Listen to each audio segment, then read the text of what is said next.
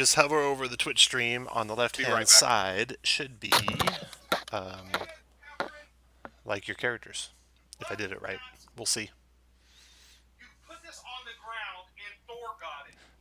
Josh is beating on his kids. Go, sit down. Beat the hell out of them. At least it's streaming. That is an attorney that's beating his kids right now.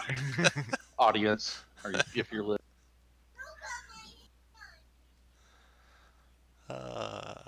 Let's see if the overlay works. It doesn't look like it's working. Doesn't look like it's working. So Tom was streaming you beating your kids. I wish, but no hand was lifted. She's. He said, "I told you once with my mouth." Oh, there it is. It's working now. All right. So if you go to Twitch, twitch.tv/d20play, and then if you just hover over the left side of the screen, you'll see your characters there. And then you can click on them, and it should bring up a character sheet. Nice. Cool. But you should not be watching that anyway, because that's showing the DM view. So I'm just taking a quick peek, so don't start anything. I just want to see what it looks like. Well, and all I'm seeing is an advertisement. Am I missing out if I don't use the no, not at all. D&D Beyond? No, you're fine. You are fine. This is a long ass. Why did it have to be so many teams I hate in the ad? Cowboys, Patriots. Jesus Christ. Hey, I'm cheering for the Bills tonight. You are a fool. I mean, don't get me wrong. I want them to win. That's cool. I don't have any hope. I told my wife that. I go, hey, you think the Bills are going to beat the Patriots? She's like, no. I was like, are you saying that you don't think that the second best team in the AFC is going to get beat by one of the worst? No, the bonus of having gone to Twitch is I get to hear you diss my team twice. Yeah, lucky. Yeah, killing that. All right. So that is cool, Tom. So no one is signing up for that 5th spot for the compete thing. So we'll see if I can find someone to fill it. But Did Rob ever respond to you? I never checked with him yet. I did hear from remember the 4th Chord team deathmatch stuff we guys used to do? Mm-hmm. Heard from those guys. So they're getting in on the action too. And that's pretty cool. They put out some really awesome adventures too. Like just, do you guys remember those one-off adventures we did? Mm-hmm. Yeah, those were really good ones. Okay, let's get rolling. Recap here. So it is spring in the city of Waterdeep, and a couple weeks ago, 3 or 4 weeks ago, you guys met at the Yawning Portal Tavern in the Trades Ward. There, you were hired by Volo to find his friend who had disappeared, Floon Blagmar. Floon Blagmar looked a lot like Renaer Neverember, and you actually found Renaer Neverember first, the son of the Lord Neverember, who was the former Open Lord of Waterdeep, who embezzled 500,000 gold coins away from the city treasuries and hid the money in the city. And so the Zentarum and the Xanathar Guild and many other nefarious sorts are trying to find that treasure. And you stumbled into the midst of it.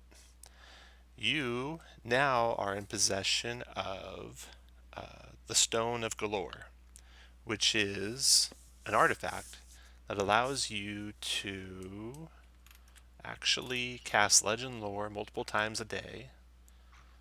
I'll just click on it here. And allows you to cast Suggestion, and whoever of you is attuned to it has to keep it right beside him, otherwise you find yourself deaf. You were led on, in order to get this stone, you were being basically in a running battle with Xanathar Guild and other nefarious sorts through Waterdeep. And finally you got the stone, and it told you that the Vault of Dragons, wherein lies the 500,000 gold coins embezzled from the city, lies below a theater. And the theater, the name of the theater, is the Pink Flump Theater, and it is in the Dock Ward. The Pink what theater? pink flump. Flump. Okay. All right. So who wants to attune to the stone? I would be willing to, but if somebody else wants to, that is fine. That's fine. Okay. Go ahead. You're the investigator anyway. Okay. Yeah, that's kind of where I was going with it. All right. So you know that you need 3 things to get into the vault. You need a beholder eye stock, which I think Bob we have? Ross has one. Yes. You need a painting of Mount Waterdeep, and you need a unicorn. So Bob Ross can make the painting of Mount You Waterdeep. sure can. And unicorn, you can probably talk to the black staff and have her summon a celestial unicorn, or there might be other means too. Sounds good to me.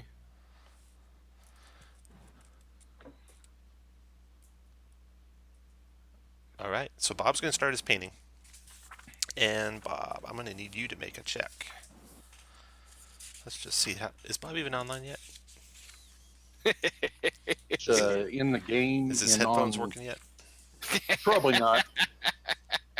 You don't need headphones to paint. Don't let anyone tell you you do.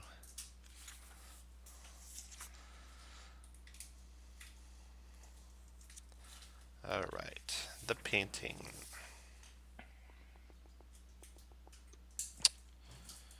It'll take you about, most of a day to finish the painting. So you can do that while Kala goes and speaks to the black staff, and the rest of the party goes to speak with the black staff if you like.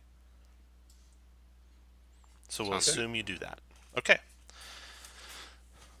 So you come to Blackstaff Tower, where one of the attendants there meets you at the door and asks, what can they do for you? We're here to see the black staff. All right, wait here. I'll see if she's available. May I tell her what it's for? Tell her that Kala is here. For personal investigation. Yes. With information that she will want to know. Okay, will do. All right, so the assistant disappears for a little while into the tower, and then returns and bids you to follow them to a waiting room.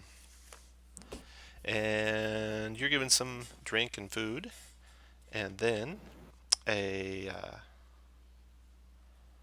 woman in her mid-30s, the youngest person ever to hold the position of Black Staff, one Can you hear Vajra me? Safar. Hey, Chris, yeah, we hear you. Walks into the room holding the black staff, and she says, "Hello, Kala. You have information for me?" We do. We've discovered the location of the vault. We need 3 keys to open the vault. One of them, we have 2 of them, and the only one we need is a unicorn, and we hope that you could help us with that. Well, yes. In order to return the 500,000 gold coins to the city coffers, I'd be more than happy to help with that. I will Minus need. our finder's fee, of course. Oh, of course, of course. I'm sure you will be richly rewarded by the open lord. Let's see here. I don't have it prepared. I'll have to prepare it tomorrow morning, first thing. So, if you come back first thing tomorrow, I will have a unicorn waiting for you. Perfect. All right. Now, this is a lore question.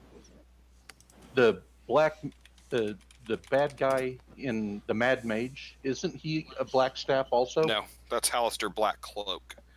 Oh. Was it a group of black staffs and black cloak? Well, so Calvin Blackstaff Aronson was the original mage, and when he died, right before the spell plague, his staff was passed along a series of mages, and it became a position called the Black Staff. All Thanks, right. Kala. You're welcome. Nerd. All right. So, Bob, go ahead and make your choice of what skill you want to use, but you'll have your proficiency bonus with it for your painting. What do you think you'd use for your painting? Your dexterity, your wisdom? I'll use my dex if I have Okay, the go option. for it. Just click your dex button then.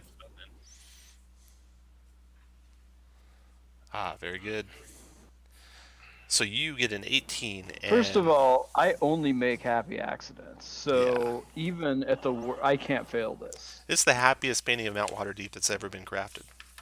It's got a bunch of happy little trees in it. Yep, lots of happy little trees. There's a happy little cave where a happy little monk lives on the side of Oh, Mount yes. Waterdeep. And painting in tow, you head to the next morning. You head to the Blackstaff Tower. On your way to the Blackstaff Tower, something's going to happen. So, casting, I suppose you want first thing in the morning when you set out. Mage armor. Death Ward. Yeah. Let's see. Put you guys here on this map. I don't have Death Word yet. I know. I know. It's a shame. Yep. Would have come in handy. All right. You're traveling down a street by a large building, and there's a old gentleman there talking to a young man. You're traveling from, let's see here. Move you to the map. There you go. And then center you.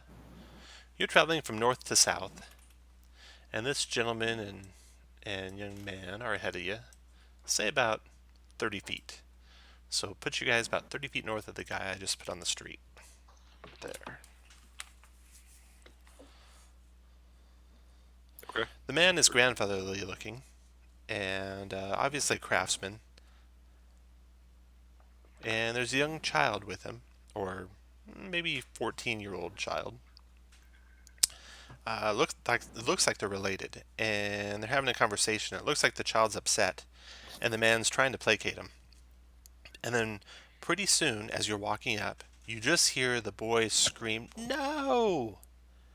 And when he does, like out from his mouth, you can see the fog move with his scream, and then the fog billows around him and the man, and then gains form and size and turns darker and fiery, and soon you see two fiery griffins over their head. And the two fiery griffins screech and dart up into the air, ready to dive down. So here's the two griffins. There's the Do man. they seem friendly, Tom? Yeah, no. Let's see here. The young boys there. Okay. There we go. Okay. The two griffins are 20 feet in the air when the encounter starts. And roll initiative, everyone.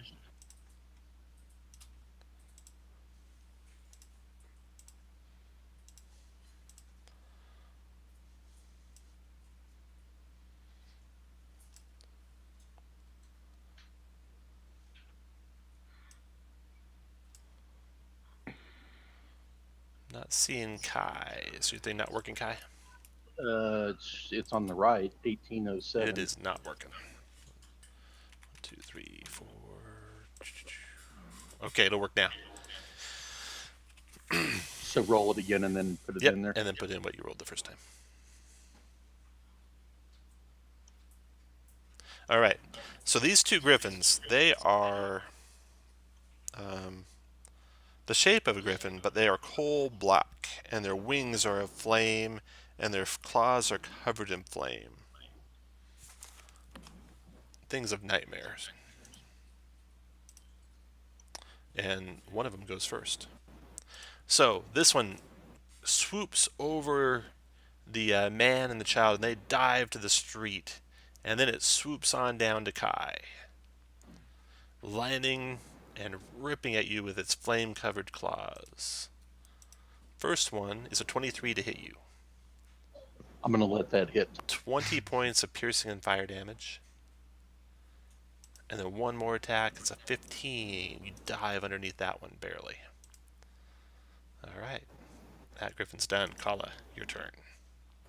Okay. So the street you're on is kind of narrow. The black to the left is a set of buildings to the left. There are places to hide. Well, around the corner to the north, you could hide. Okay. Move to there. I'm gonna attack this guy. Okay, that one's on the ground. The other one's 20 feet up. Nice Okay, hit. I'll just go ahead and crit. So 8, that's 22 is 30. 30. Nicely done. And then cunning action dash to here. After Kala is Kai. What's Hunter's mark? That griffin there that just attacked me. Okay. And I will attack it non-sharpshooter at disadvantage. 24 for 10. Nice. And we that's supposed to be my primal attack, isn't it, Tom? Or Correct. do you just want me to roll it again? So No, that should be your primary. So Okay. 5 more. yeah. And then next attack for 12. 12 more. All And right. Third attack. 17 for 17. 17 finishes it. And go back to there and done. All right. After your turn is Urkel. All right. So you got one of these demonic griffins 20 feet in the air. All right. I'm going to first level Gotti Bolt it. So That connects. 25 for 22 radiant. Try and hide behind Bob Ross a little bit here. Bob Ross, your turn. I go, hey, crazy birdie. And I hop out here. It's right there. Dance a little bit and then go all defensive. Full defense. Ripper in. Safest thing. Do you looks dangle like- your worm? Huh? Talking to Bob. I'm just gonna magic missile it. So 11. 3 missiles streak in, hit for 11. And then the griffin dives, folds its wings, and dives Then right move. onto Bob Ross, tearing at him with flaming claws, 9 missing and 13 missing. Then the commoners, grandpa and son, crawl 1, 2, 3 down the street and full defense. And they are done. Next goes Kala. All right, cunning action, hide. You don't need to. Why not? Got him bolted. Oh, well, crap. Sorry, I missed that. 1, 2, 3. Then I won't cunning action hide. Josh is new to D&D. Oh, bullshit, Chris. You kiss my ass. You do stupid shit like that all the time. Sure, Josh. Sure. I don't All know right, if you in want. there, I don't big know. I don't guns. think you want to keep score. Yeah. I know you don't. That's going to be a 24, 14. 14. Got it. And then I'm going to cunning action dash to get back to where I was. And Kai. Let's go over here, and then we'll try to sharpshoot him. Move my hex or my hunter's mark to him. Okay. Ooh, 13. That's a hit. And that For finishes 15? it. All right. 2 Nightmare Griffins defeated. That's worth 10 candy corn for Laird's Night. Awesome. Yeah. The grandfather very sheepishly gets up, checks his grandson over, makes sure he's okay, and comes up and apologizes profusely. I'm so sorry. I'm so sorry. I'm so sorry. He's kind of touched. He points to his grandson. Is he pointing to Kala? No. Don't worry, we got one of those too. You shouldn't talk about touching and children around Bob Ross. He takes out his paintbrush. All right. So I give the kid one of those little painted gazer heads. nice. You're welcome, kid. I mean, hey, buddy. This is so later you can show him where Kala touched you inappropriately on the gazer doll.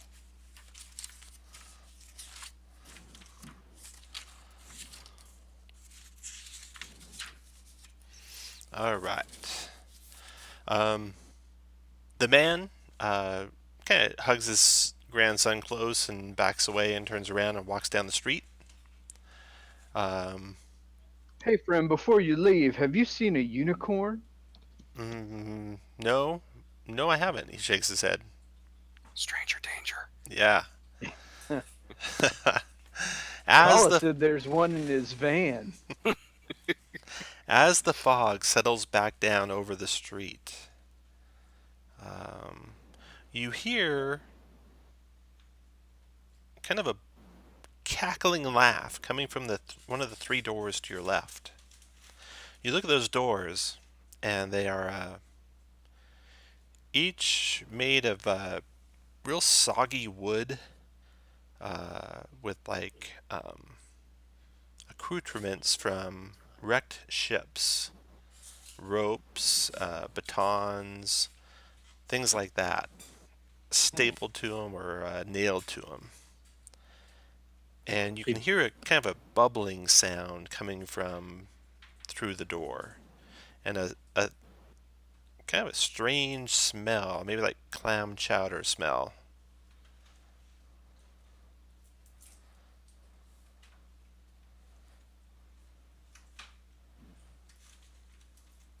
But it smells like a bad date.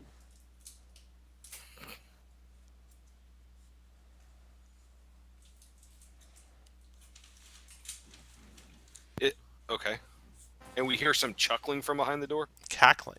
You heard Or cackling. cackling. It stopped. Bob, paint our way to victory. I think the world's greatest detective needs to get in there and look at that door. I'll go knock on the door. Yeah, that's you. Yeah, I'll go knock on the door. Okay. All right. A couple Ask seconds if pass, and then the door flies open with incredible force. You leap out of the way just in time as the thing smashes against the building wall and is kind of like ruined and lying in splinters there. And standing there is a fetching young woman, just gorgeous looking, very dainty. No way she could have thrown that door open like it just got thrown open, but she's the only one there. And behind her is a large cauldron. It's bronze, and it's got some sort of mauve lit bubbling concoction in it. She Okay. says, "Oh, have you come to help? Hi, yes. Good. Please come in. Come in. Everyone, come in." So she invites you inside, and that's what you see in there. The place is kind of abandoned, as far as you can tell. You're not sure what it used to be.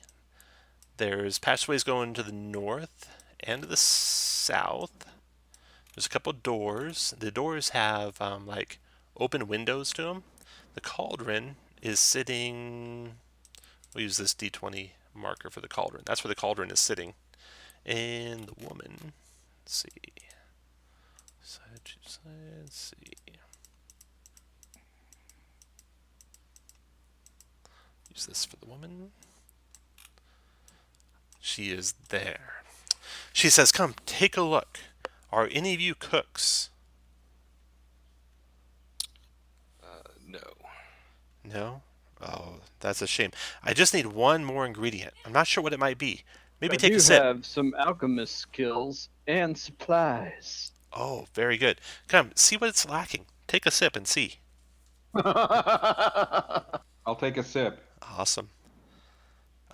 It is thick, sludgy, real hot, kind of mush tasting. She looks at you expectantly. So, Mm-hmm. what do you think? Maybe a young turtle shell? Maybe whiskers of a tabaxi? Whiskers of tabaxi. Now that might really spice this up. Yeah. I Yeah, like you got. garlic. What was that? You I like You garlic. should try it. You should really try it. He also likes turtles. He's slow. Just ignore him. Garlic make things. Makes She things better. turns and points a finger, and her finger's kind of crooked at Kala. And she says, That's what we need. And she reaches up to pluck off one of your whiskers. Okay. You gonna let her? No, I kind of jerk back a little bit, like, what the heck? Kind of a raging, angry look comes across her. She Oh, I know. He's says, terrible. Yeah. Don't tempt me. You come here. You come here right now. And she motions for you to come over to the cauldron. I don't know if you know who I am, but I'm not going to be ordered around like this. I'm more Oh, than come willing on. to help you, but we can be reasonable. She doesn't take kindly to that. She says, How can you help me? And her voice gets a little harsher and older sounding. Well, maybe we could start by you telling us what the purpose of this brew is. With that, her appearance changes to horrific, haggish looking appearance. And roll initiative. You're welcome. Good job role playing us into a combat. It's what I do. That's how he roll.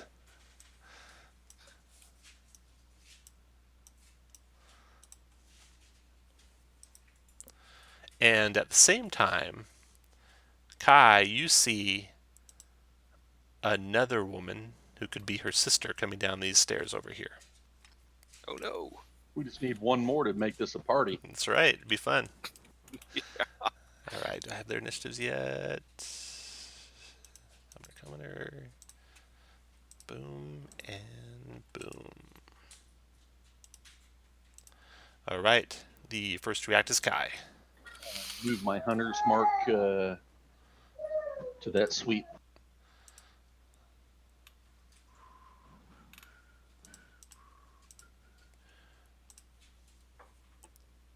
Oh, see.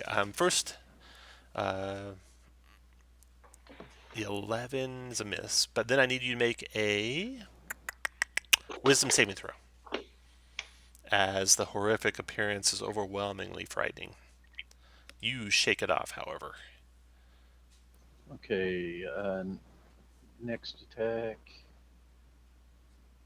Let's try it. Miss. And 17 for 22. 22.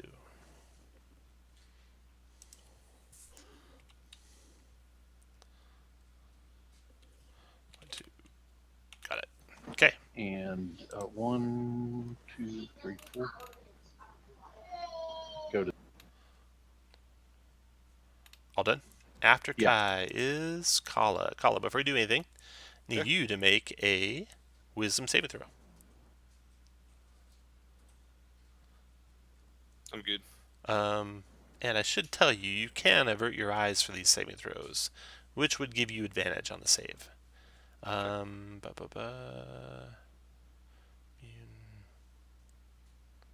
Okay. What do you want to do, Kala?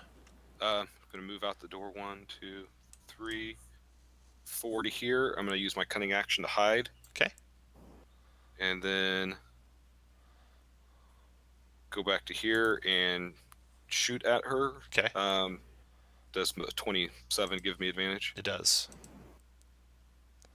So I'll just crit. So that's 29. 29. Well done. Anything else, Kala? Hold on, let me make sure I counted right here. 1, 2, 3, 4, 5. Yep, then I'll move back to here and I'm done. Okay. After Kala, Urkel. Urkel, make a Wisdom wisdom save. saving throw. You shake off the fear from the horrific appearance. All right, the wounded one here. I'm just going to toll the dead. So wisdom save. Wisdom save. Fail. And she screams in agony as she falls to the ground. Alright, done. After Urkel, the next tag. 1, 2, 3, 4, 5, 6. Comes to here. Sees her sister lying dead on the ground, screams with rage, and lashes out at Ripperin. Missing with her claws. She's done. Bob Ross. Do I need to make a save for her? DC, yeah. DC, or a wisdom save, I mean.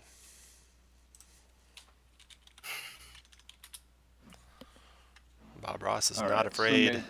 So I'm gonna come there and I'm gonna smack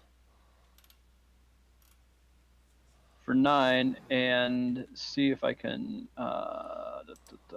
stun. Little stunning action. She's going to make a con save, DC 15. She is stunned. Nice. And then I'm just gonna punch her. 15 for 6. All right, 15 for 6. Are you 5th level, Chris? Huh? Are you 5th level? Yeah. You'd get 1 more attack. Oh, you're right. I'm going to go ahead and mark that one down, Chris. Great. You go right ahead, and then don't hit her because I stunned her. 8. Okay. Yeah, make sure you hide before you attack, Kala. Ripper in your turn. I probably would have anyways. Because fuck you guys. Instead of D20 play, we're going to call this D20 self-esteem.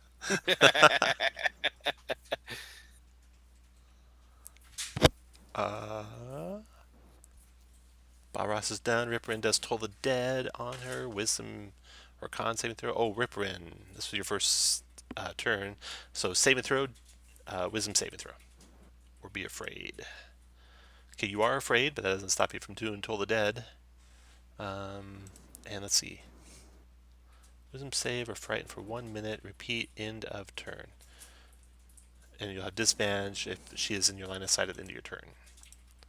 And here is her save and throw. That is wisdom. That's a fail. So she takes 7 damage. Ooh. Oh yeah, you're still only 4th level. Minus 7. Okay. Alright, then you get to repeat your save and throw, Ripper in. Then you muted if you're talking. Yeah, sorry. That is a 13. You are good. Alright, then to that round. Urkel and Kai, you see another one of the sisters. Good thing we got that first one burned down. Yeah, good thing you got one down. Right here, coming down these stairs. Let me add her to the initiative and sort that. And Kai, your turn. Okay, I'm going to avert my eyes. Okay. And... So you get to make a saving throw. You already made a save, right? Yes, I did. So you're good. I think everyone's good Oh, now. okay. Except everyone's good now. Okay. Then I will attack the stunned one. Okay. Move my hunter's mark to her. All right. And with advantage, 19 for 16. 1916, got it. And crit for 21. 21. Dropped her. Kala. Well, I'm going to go ahead and hide. Because that's what I'm going to do. And then that's cunning action hide. Then 1, 2, 3, 4, 5, 6. Move down to here. Is that door closed or? It would be open? closed, yeah. No one ever. Okay, can I open it with my free action? Uh-huh. And then I'm going to shoot her.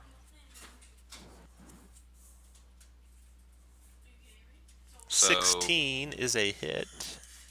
For 14. 14 damage. Got it. After Kala, Urkel. Alright. I will just toll the dead on her. Oh, nice. Wisdom saving throw. That's DC 2d12. 15. Made it. Alright. Boo. I'll move that aside. sight. God, you guys keep leaving Ripper in to hang. 1, 2, 3, 4, 5, 6. Slashes at Ripper in with her claws. 23 to hit Ripper in for 11 slashing. Bob Ross, your turn. Well, hey, pretty lady. What's a miss? Is a 13 hit? No. Neither will Does a a 10 10. hit? Does it- Ripper in, your turn. I'll move around behind her. I'm no longer afeared of her because it was only an 11, right? You're right. You are not afraid. I am going to thunder wave her, doing it so that it doesn't hit Bob Ross, just goes straight away from me. So a cube where she's in the bottom right. Got it. 14 con save or 9 points of thunder damage. 9 thunder. And pushed her 10 feet. Yep. Boom. Right towards Kala. All right. Then you can finish your turn. And then she screams out some archaic magical word. Iramalok as loud as she can. And then mauve tentacles spring forth from the cauldron, lashing out in all directions. They look like they can go quite a distance. And I'll add them to the initiative. With all those missing teeth, she might have been saying, "I love a cock."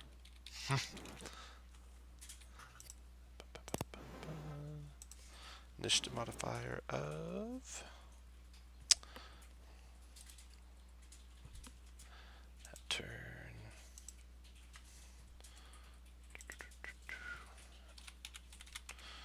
Okay, so Riprin's done. Next round, order. Kai, you are first. Okay, so these tendrils are lashing out all around. You're easily within reach of them.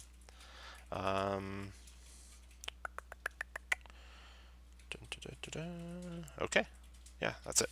Go ahead, Kai.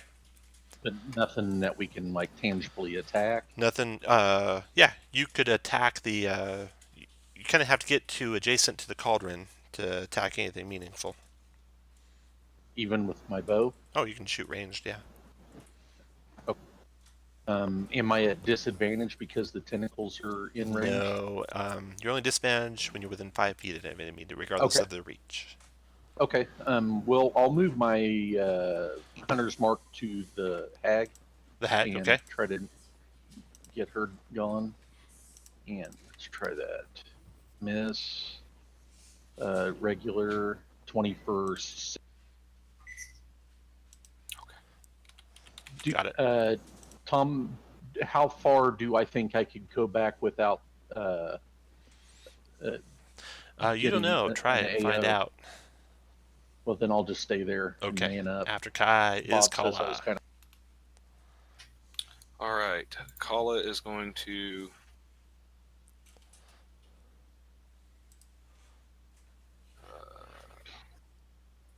step up here, hide, cunning action hide. Not well. 11 on your hide is not. It is enough. It is enough. Oh, no. No, it's not. Sorry. Okay, I didn't think it would be. So instead, I'm going to move here, and I'm going to ready an action. Remind me, what is that symbol there, Tom? Hunter's mark. Okay, Hunter's Mark. Okay, so ready in action to shoot. Your turn, Do you Urkel. want to mark that one down too, Josh? Toll the dead. Toll the dead. Wisdom saving throw to avoid the grave. She does not. She takes 11 points of necrotic damage. Still alive, barely. In her turn, she screams and rushes at you, Urkel. Abu. Screaming, "Get out of my mind!" 14 does not get through your armor. And then Bob Ross. And their tentacles spreading out of that. I think I am gonna just give her a couple of tastes off his hand crossbow. 16 hit. So you drop your sword. I can. Well, I have a free hand. I'll just pull it. It's a hand crossbow. I'll just pull it Yeah, out but you gotta load it. with my. So you drop your sword, draw your Okay. crossbow, load it, fire. Mm-hmm. Okay. All right. 16. That is a hit, and you drop For her. 6. And then I'll take my other shot at the cauldron, I guess. All right, fire away. The bolt just 12 for ricochets 10. off the bronze cauldron, Yeah. doing no damage to it that you can see. And then the cauldron's turn. So the cauldron makes 4 attacks with its tendrils, uses reel. All right, so tendrils are +7 to hit. And we'll stay, let's see, let's get 4 attacks. So we'll do the 4 in the room. So we'll start at the top, Ripper in, and this guy's at +7 to hit. That's a 9 for Ripper in, then Kai. That's only a 10 for Kai, and that's an 11 for Urkel, and it's a 26 for Bob Ross. You know what? Bob's gonna luck that. All right, roll that luck for us, Bob. 7 5 is only 12. You all dodge out of the way of the tendrils. And Ripper in, your turn. Tentacle, something we can attack? They Called. would be attackable if they had like been around you. Otherwise, the cauldron's the only thing you can attack. The All tendrils are part of the cauldron, so. Sure. I'm going to do something reliable and magic missile the cauldron. Okay, get the Super unimpressive, but reliable. All right.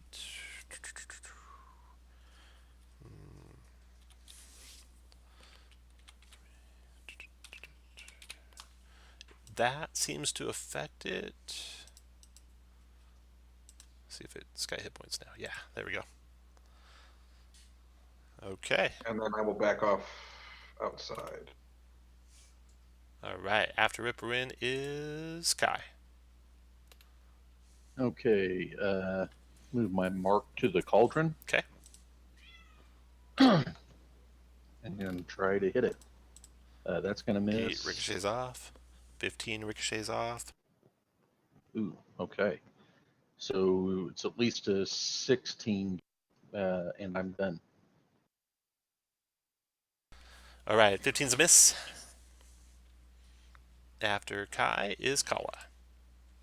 I'm going to move up to here. I'm going to try to use Mage Hand and push the cauldron over. You imagine it's more than 5 pounds in weight. More than 10 pounds in weight, even. Well, I figured, yes, to pick it up, but I thought Yeah. if it could tip over. No, it doesn't look tippable. Okay. So you can do something else. All right, then I'm going to shoot it with my short bow. You don't have to mark that down. That's just me not adequately describing what you saw. Well, That's a hit. it's good, some good crit damage there. But yeah, that's a 4. 4 damage. Nice. All right. After Kala is Urkel. Does it count as a creature? Or is it targetable with Sacred Flame? Oh, Kala, you can go out of sight of it like that. You'll get an attack opportunity on you if you do. Can I disengage? Yes, you can do that. Yep. Okay. All right. Yes, you can Sacred Flame it. All right. Then let's. Its dex saving throw is a. Oh, hold on a second. Wait. That's Hold a on. miss. Wait before I click the button. How? We didn't see it actually do any damage. Which I'm not going to Sacred Flame it. I'm going to Raven Feeble it. Nice. Okay. Oh, but that'll miss. That missed it. After Urkel, Bob Ross.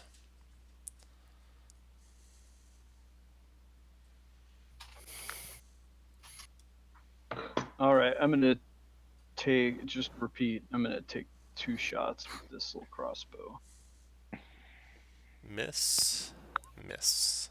miss. And then you can take an attack or opportunity. I'm gonna head up Head up the stairs. Okay. around the corner. One time with its tendrils. +7. That's a crit. Oh, we're gonna luck that. All right, go for it. Sure. Yeah, that makes it a miss.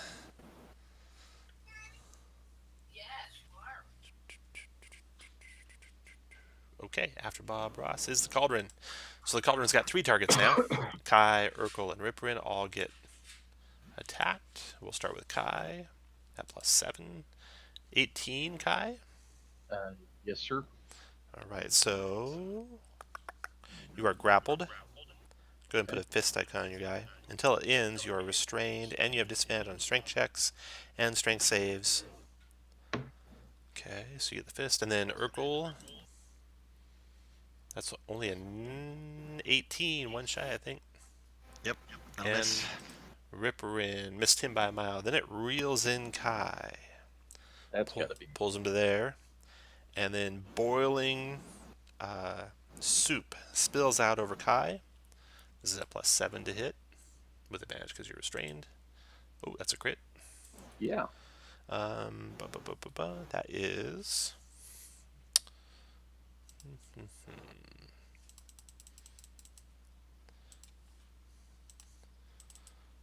+4.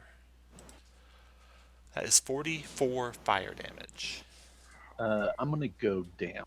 Yeah, so Kai is burned alive, still alive, but burned badly and on the ground, dying. Cauldron's done. Ripper, in your turn. One sec while I make sure that I have this.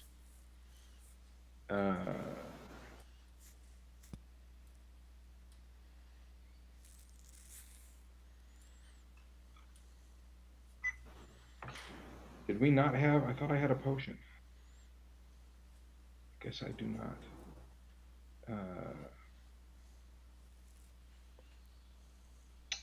I will.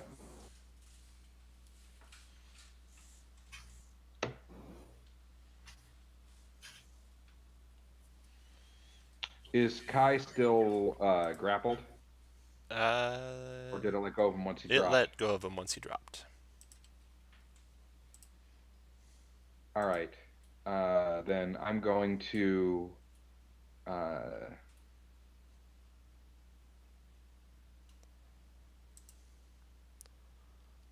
won't work either. I'm going to do a second level magic missile on the cauldron. Actually, can you give me I'm looking at a shatter. Can you give me a 10-foot radius? I want to see if I can put it in the back corner and not hit Kyle with the You shatter can. spell. Yes, you can. Okay. All right, then I will do that and hit it with a shatter.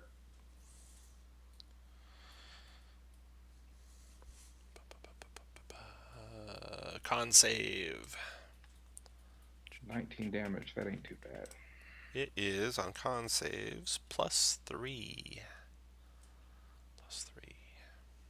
20 Now, does it count as being inorganic? 13. Well, doesn't matter. Failed that save. No, you think it's organic. You think it's like some sort of like squid-like monster living inside the shell of the cauldron. But I heard it plenty bad. 19 points of thunder damage. All right, and then I'm going to mark off the spell, and then I'm going to move up here. Done. Thou provoke. Do you want to provoke commit? No. I guess I will not. I'll just stay. Kai, death save. 1 fail for Kai. Call out your turn. 2 questions. One, since you say it seems organic, is it something I can hide from and get advantage on? You can try and find out. Okay. And then my second question is, how far out do these tentacles go to where it would provoke? Can't tell yet. Okay. At least as far as Ripperin is, though. Right. All right. So I'm going to hide. Cunning action hide. Mm-hmm. So 21. Then go 1, 2, 3, 4, which I could see it from here, correct? Looks like it, yeah. All right, and then I'm going to try attacking. 14 doesn't hit, even if... 14 is not. Okay. 1, 2, 3, 4. Do I feel like if I move away, I will provoke from You here? can find out when you do it. Oh, okay. Well, You don't know the extent of those tendrils yet. all right, I'll try it. 6. All right, that would, because you have its line of sight. So, you sure you want to do that? No, I don't. Okay. I don't. If All we right, move then around. after call it is Urkel. Is this door open? It is not. Just the north and south are open. All right. I am going to.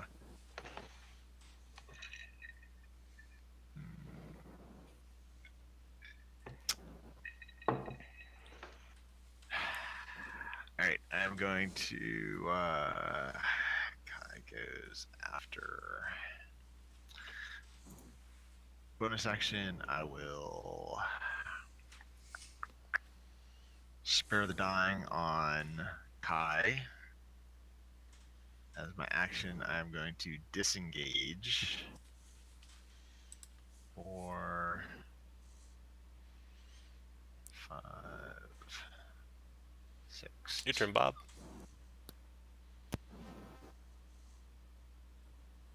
Good night.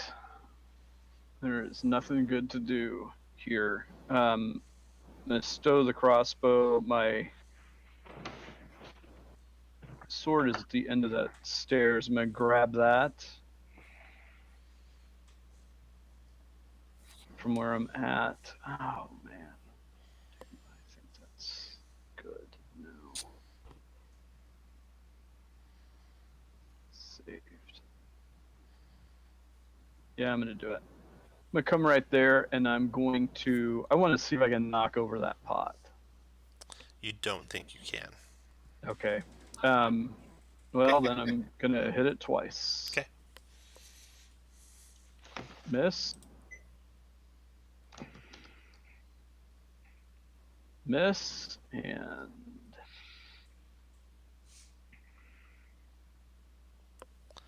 18 that hit? is Is also a 18 miss. Nope. okay. All right. Cauldron's turn. So tendrils lash out. One at Ripperin, one at Bob Ross, one at Urkel, and one at Kala. So we'll do Urkel first. At +7. +7.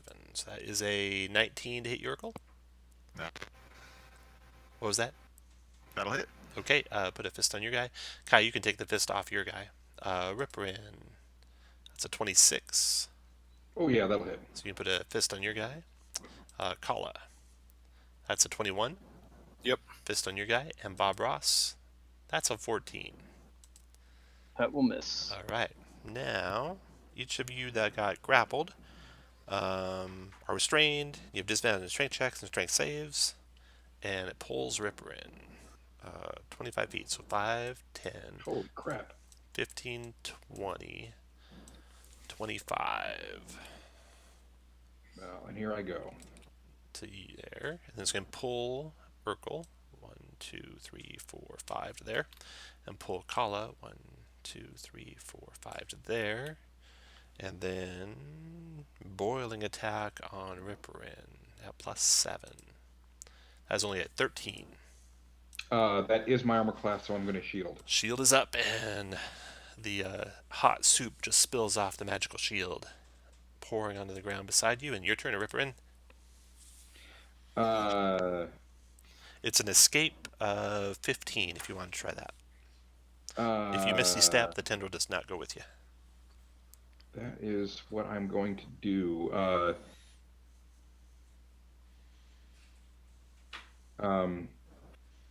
Do I have to be able to see where I'm going with a Misty Step? You do. Misty Step is a bonus action. I'm going to Misty Step. And then get the heck out of there. 1, 2, 3, out to here. Use my action to disengage. And I'm going to move up here, hopefully. And you can take the fist icon off your guy too. All right. Yep. After Ripperwin, that runs over Kai. You are stable and conscious or unconscious. Kala. You said it was a DC 15. Is that athletics or can it be acrobatics? Either one, your choice. Okay. I'll make that. Boom, you're out. And cunning action, disengage. Okay. I thought we had disadvantage on the. Oh, it's a dex check. Never mind. And Same team, John. anything else, Kala?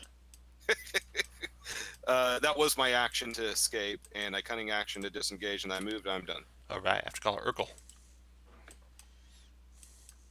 I'll actually just move to there. Well, this is unfortunate. So I guess I am just going to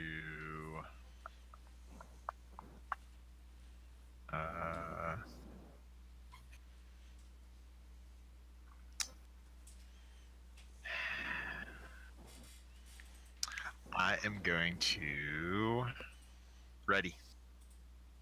What are you readying? I am going to ready until after the cauldron goes. I'm Oh, ready no to cast ready to cast a healing word. Healing word. Got it. Okay. Urkel's readied with the healing word. Bob Ross, your turn. Okay, so there is still a tentacle on Urkel, right? Yes, he does have a tentacle on him. So I can attack the tentacle? You can attack that tentacle. You don't know if that will actually affect the creature, but it might get the tentacle off of Urkel. Okay, well, that's what we're going to go for. Okay. First attack on the It's a miss. 12. That's a hit. 8 points of slashing cuts through most of it. There's still a little bit left, though. All right, then I am going to bonus action flurry and make a couple Okay. unarmed attacks. Okay. Boom. That tentacle's ripped off. Urkel, you can take the fist off your guy. And then I'm going to kick the cauldron. That And just hurts your foot. What else you want to do, Bob?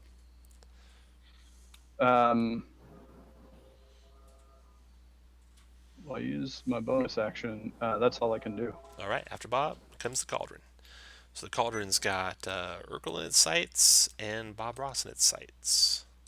So Urkel first at +7. That's a 19, re-grabbing Urkel. And that's a 20, grabbing Bob Ross. Pulls Urkel in close to there. And then it's going to 1 through 3 spill its hot boiling liquid on Bob Ross. Not the first time someone said that to him. We're going to get weird. Oh God, another crit. Okay, I'm going to use my last luck on that. Okay. That's a good choice. Oh no. Oh! That was No luck. destined to happen. Alright, so let's see what we got for damage here. Lucky I still have the die roll handy, so I can just do it again. 48 points of fire damage to Bob I'm Ross. down. Yeah. So he is on fire and on the ground. The good news is the tendril lets go. Cauldron is done. Next to go Okay, is my Ripper ra- in. yep, my rated action goes off. Oh, fire away. Healing word on Kai. Okay. First level, so Kai get 8 hit points. Oh, yeah, it gets max because he's a 0, which was 8. Anything else? That was the ready action. Ripper That's in my your rated turn. action. Yep. All right, I will move to here. I'm gonna fire a second level magic missile at the thing. Nice. That's the only thing that's done any damage to it so far. My shatter did too. 7. Oh, and shatter too. 17 points to it. And then I imagine stepping I back. think you may be the only one that's done any real damage to this. It would provoke, yeah. cauldron. Yeah, so I will stay. All right, that's into that round. We're going to take a quick break here, and it'll be Kai's turn when we come back at 9:06, or 6 after the hour. Okay.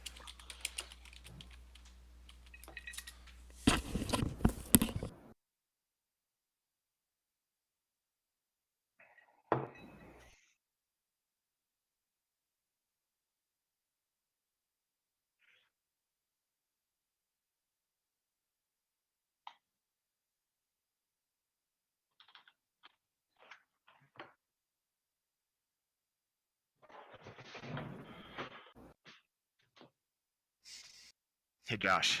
Yeah. All right.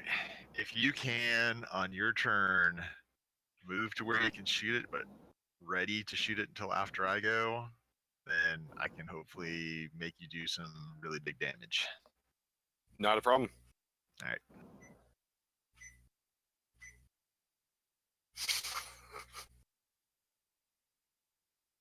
Assuming Kala can hit, but you know. Yeah. Well, it's always an assumption. That's right. We'll take that risk. I'll try hiding again, see if that does anything. Yeah, I don't know if basically where you get to where you can see it and ready, if you won't be then be considered hidden because you're That's not true. attacking on your turn.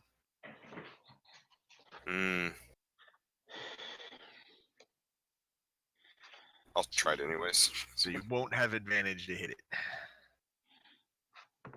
But if you hit it, I can make you do big damage. Okay. What is the range on a short bow? Oh, this is a building over here. Yeah, and apparently this thing has like line of sight reach, so. Yeah.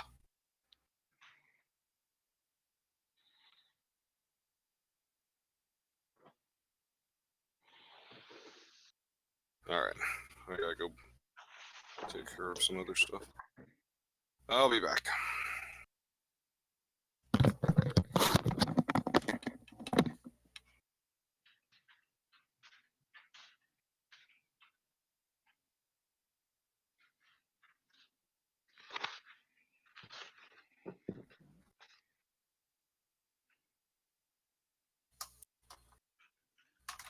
New England is maybe the whiniest team in the NFL.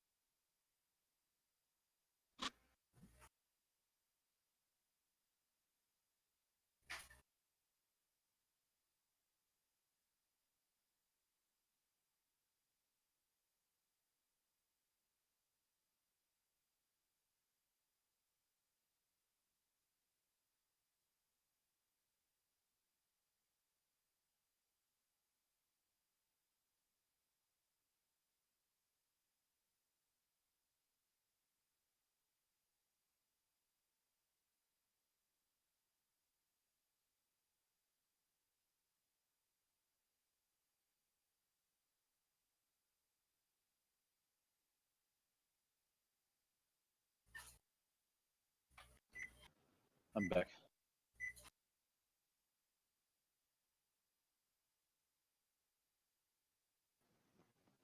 Is this another one of those wandering monsters, or is this part of the... I don't know, it's hilarious to me that the hags go down like nothing, and then a cauldron full of tentacles that we could just move away from, we cannot beat. Oh, I'm about to beat it.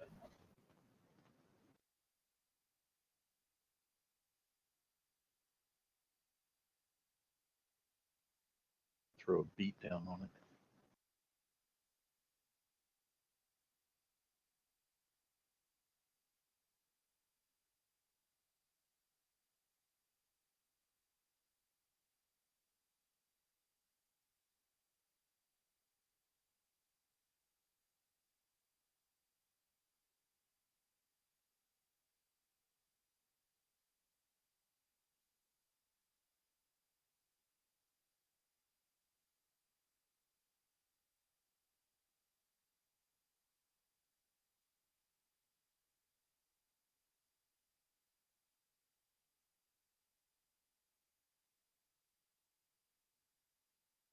Now, I'm assuming the Red Dead gets a lot more non-linear after the...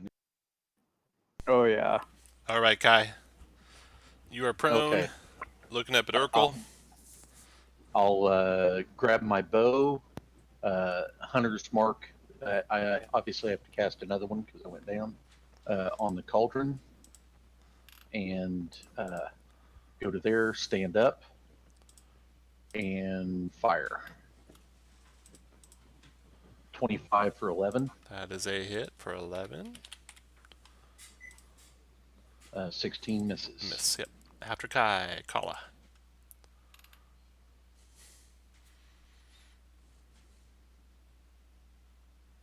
Are you back with us, Josh? If you are, you're muted.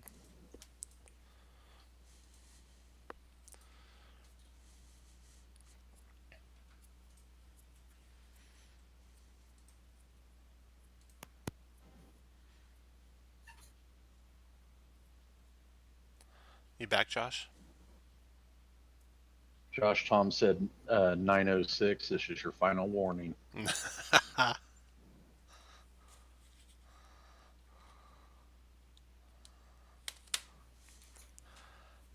I'm going to put that on one of the inspiration cards. Tom, go ahead and yeah, that's another mark. Another mark in the book.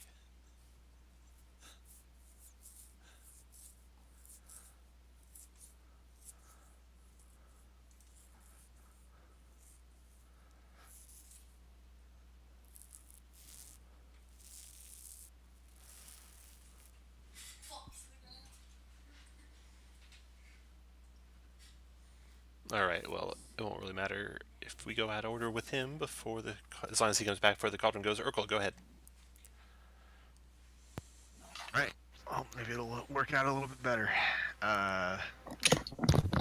As a bonus action, Sorry, I'm back. should we let him go? Sure. Go ahead, Kala. Okay. I'm gonna move down to here. I have line of sight, and I'm going to ready an action. Ready what? Ready a short bow attack. So I Sorry. only make you tell me what you're readying. I don't make you tell me the trigger, but you do have You're to right. tell me what you're readying. Okay, I apologize. no problem. Right. I'll put that in the book. I'll mark that down for you. That's fair. Kala's ready. Urkel's turn. Okay, bonus action. Bob Ross can have 8 hit points back with a healing word. Nice. And then as my action, I am going to use my divine channel on the cauldron. Ooh, till the end of your next turn. The next time you or an ally hits the creature with an attack, it's vulnerable to all that attack's damage. Yes. Are you ready, Kala? I am, and here we go. All right. Oh, 22. it's a hit. And do I get sneak attack with my allies You being have an next to ally me? adjacent, yeah. So 15, 30 points of damage to it. Nicely done. Still up, though. Oh, so close. Sorry, Bob Ross can take it out. All right, Urkel's done. Bob Ross, your turn. Finish it off, Bob. All right, stand up, pick up my sword, Like and he's never heard that before. is 19 hit? No. So close again. All right, we're gonna flurry. There Boom! we Bob go, Ross 7. knocks it over. The cauldron spills back into the back alcove there, and some strange, multi-tentacled, octopus-like creature spills out and is dead. Good job. Is it the octopus creature that was Bob Ross's friend? Or And- not Bob Ross's, but Chris's other character's friend? Also, oh no, it wasn't that one. Also, 10 more candy corns spill out. No, but it is worth noting that that minion did more damage than you did that whole fight. Want to hit me with my healer's kit, please? Josh critted twice, though. Certainly. Yeah, that 4-point crit really Yeah, made the difference. There you go, almost Ripper. did it. Hey, so I am currently with those that 20 candy corn. I'm at 75 candy corn. Wow. So I have enough for my mount at 60 plus. I have enough for a the pipe. Let me. Anyways, it which costs treasure points. Can you spend treasure points at any time, or you have to do it like Well, before? or actually, you after don't. adventure? Actually, you don't get the candy corn until after the adventure. So Okay, so you don't get it till after. hold Okay, on, yeah. that's why I want to make sure. Hold on. I'll take a hit off the healer's kit too, Urkel. Because I will also be getting the pipe of smoke monsters, There you go. or Kala. Yeah. Because he smokes a pipe.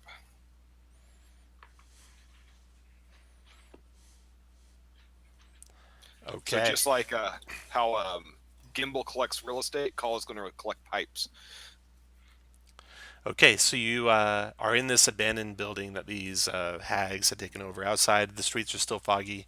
The black staff is still waiting for you to come to get the unicorn and then head to the vault. So, I assume you do that? Yeah. Okay. Yeah. So you make your way to Blackstaff Tower, where a unicorn has been summoned and awaits you. Yes. She tells you only have 1 hour before it will disappear, so hurry. So you know the theater you need to get to. You haven't ever been there before, so you walk through the streets of Waterdeep with your unicorn. Is that something the legend lore would work on, Tom, to find out where that is? Maybe, maybe not. But when you get to the theater, Kala knows that it's somewhere in the backstage rooms. There is a trapdoor that leads down to the vault. So, it just so happens you guys are on the map of the theater. Except now it's a working theater, and the area you're in is the front lobby. You don't have to go through the front lobby, though. Because outside, there's multiple other entrances. To the north, there's 2 entrances, and to the south, there's 2 entrances to this theater building. You guys arrive here, kind of late afternoon, and you see coming and going from the door to the north, a couple of halflings come in, kind of rushing like they're late to work. Other than that, not a whole lot of activity. No plays will be put on until the afternoon. You can see that there's 2 plays posted. They are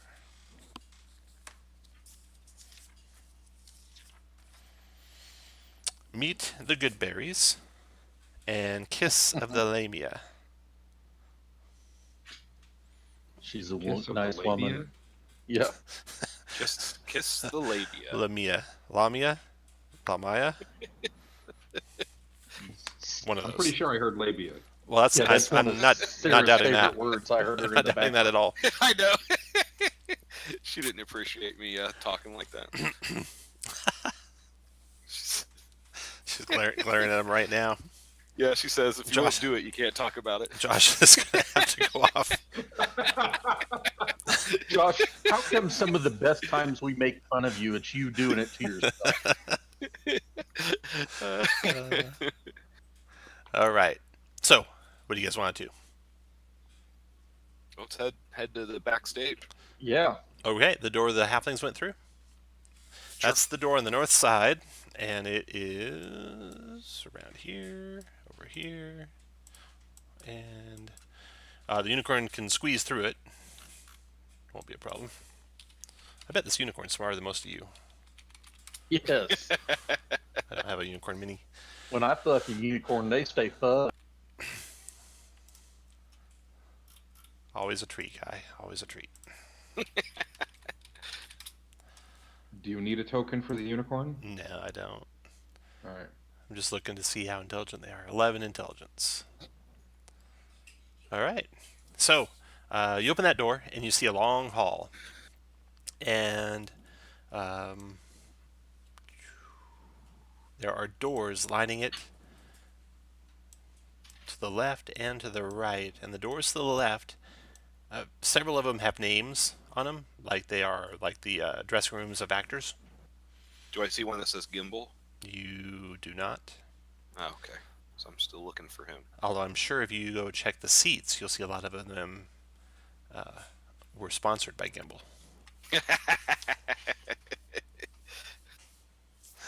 All right, so there's halflings coming and going through these doors. You see them in various states of getting their costumes on and their makeup on and their wigs on and stuff like that. And they are startled to see you. And one chubby little fellow says, "What can I do for you? The show's not yet, and the doors are around the front." We are here on the business of the Black Staff and the Lords of Waterdeep. Really? Yes. I mean, What? how often What does a business is unicorn that? come prancing through?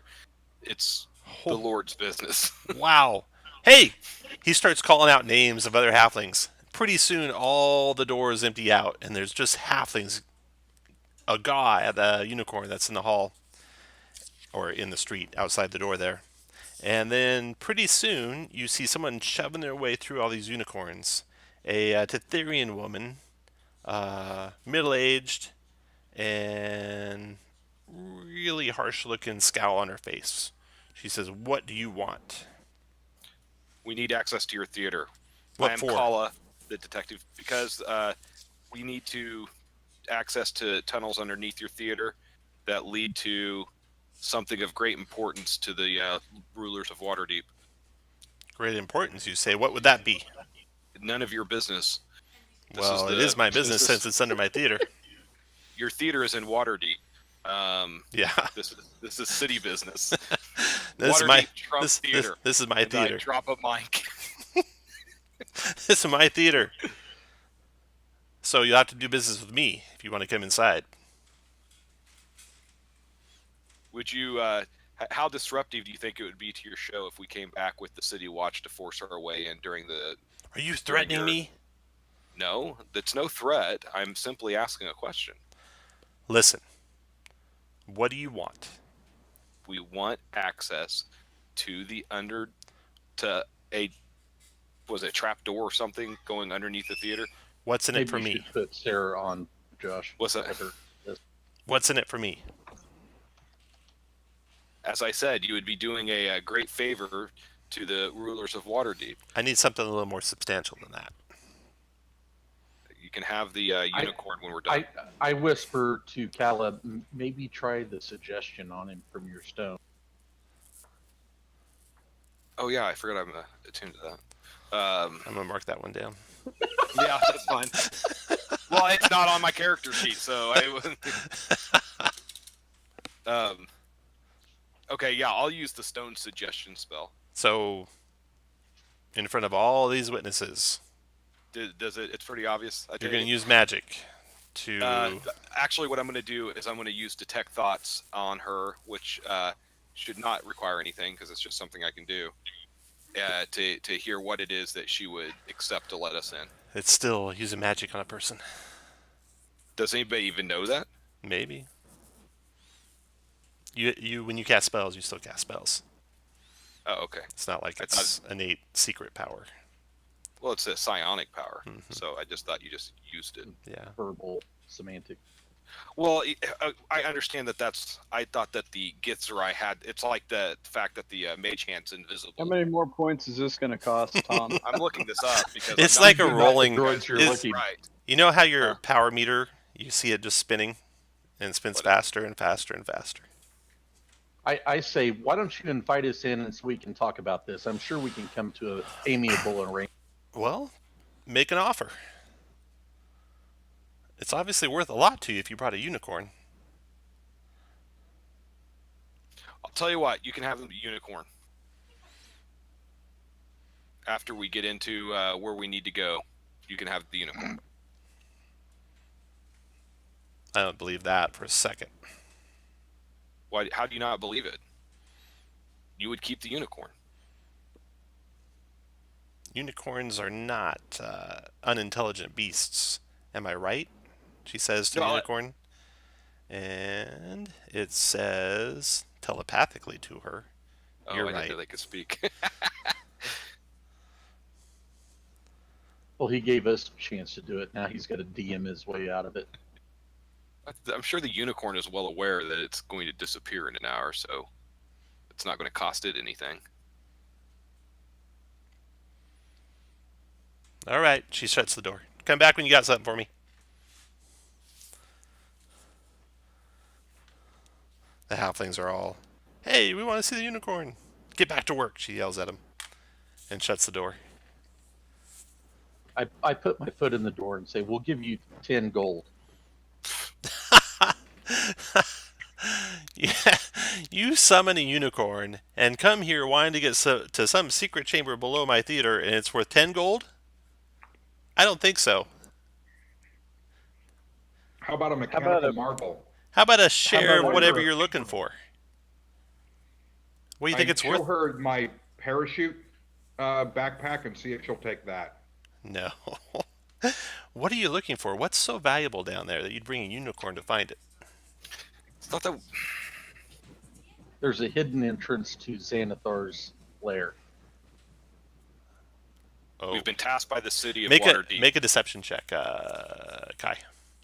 Hey. All right. Here it goes. Yeah.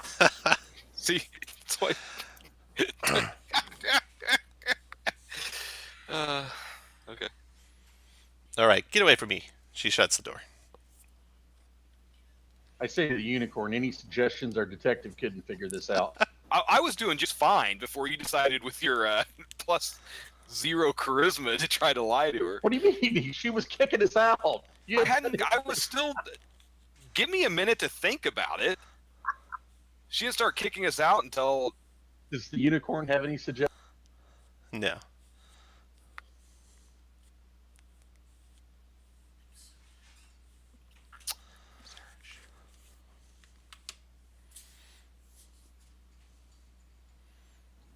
It says, do you know where this is at? In the backstage? Do you know precisely where it's at? No. Can you use the stone to Detect find magic? I don't know. Can we? Yeah, you can use it if you want. Does it tell me anything more than what you've already told me? Legend lore. You can use the legend Yeah. lore. You can. Okay. Just, I'll use the legend lore.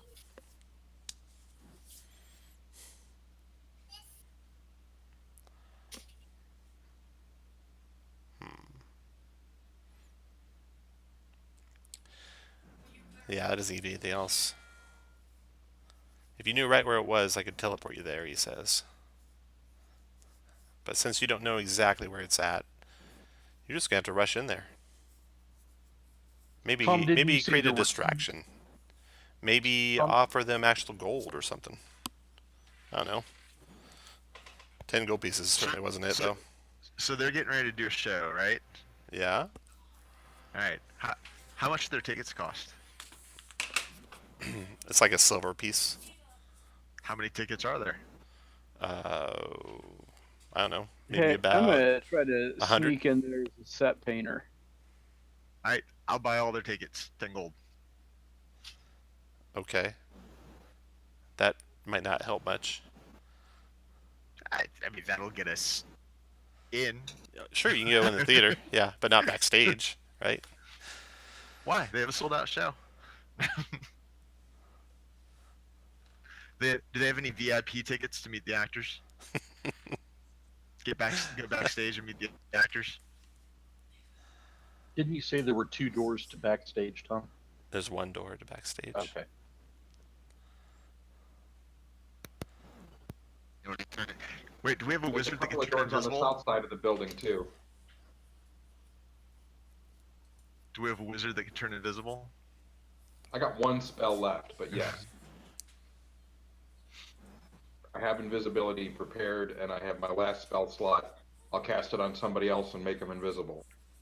Well, I mean, they could sneak in through the front, come back, get to the back and open the door for us. So, Urko, you wanted to go to the front and buy all the tickets and ask for VIP access and stuff like that? Yeah. Okay. They say they'll have to get the manager. And they go to get the manager. You're up front. Did you guys coordinate this at all? So they know you're doing this? The party does? Oh, yeah, I'm going to go Okay. see if I can buy all the Okay. tickets and All right. get access. So the manager comes, and it is that harsh old lady again. Yeah. So while she's occupied, you guys could go backstage again. Yeah, I'm just going to go in and go to where I want to go. Yeah, because there's only halflings back there, and they're happy to see the unicorn. They asked if they could Yeah. ride it. Yes. Their unicorn shakes and said no. No. Can I use suggestion on the unicorn? Yeah, please do that. What's your next character, Tom? All right. Unicorn's being a dick. So, So you come to one of the chambers. You search several of them. The halflings are all, uh, you know, all over you guys, asking you who the unicorn is, where you found him, what's his name, all that good stuff. And that gives you guys access to check the rooms. And you find a secret door in the one I uncovered there, right by Kala. Unfortunately, the secret door appears to have an arcane lock on it. We'll present the 3 keys. The keys are for the vault door, not this secret door to get to the vault. So you got a door. Let's see. I think it's made out of stone. Can the unicorn dispel it? No, up to you guys to do that. So you can try and do a knock spell, or just try and overpower it, or just break it down. Now, I'm assuming we did this before, so Khaled or Ripperin didn't have to use his last spell slot for the invisible since we got back. I have no idea when he cast this ability or not. Okay, do you have knock or anything like that? Nope. Okay. Yeah, it's a stone door with arcane lock on it. So basically, you're going to have to break it open. Okay.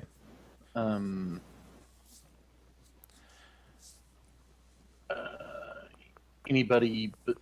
Anybody besides me with a magic weapon? I'm assuming.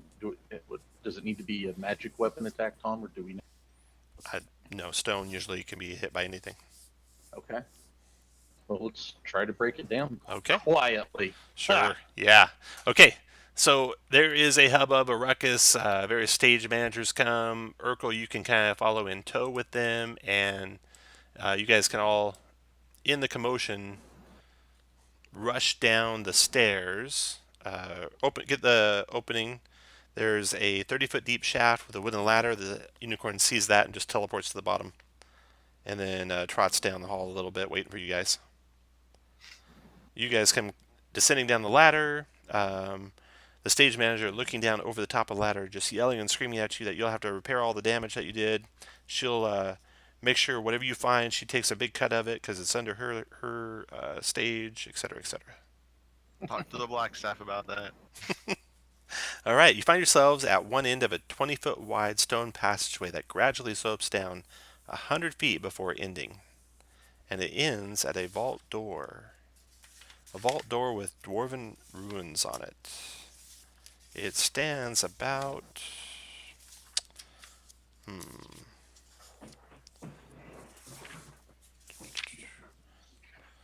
20 feet high, and the dwarvish runes on the door say, does anyone read dwarven? I don't think. The only word gnomish. I'm gonna look for Nope. where the shit is mine. All right, so you don't know what it says. Does the unicorn know what it says? No. Oh, great wizard! Wait. Oh, great wizard! Do you have comprehend languages in your spell book that you can ritually No, cast? not today. Where on D&D Beyond does it tell you? Is that a where- ritual? Can Okay. you do Yes, that it's as a ritual. Yeah, no. If you have it in your spell book, you can cast it as a ritual.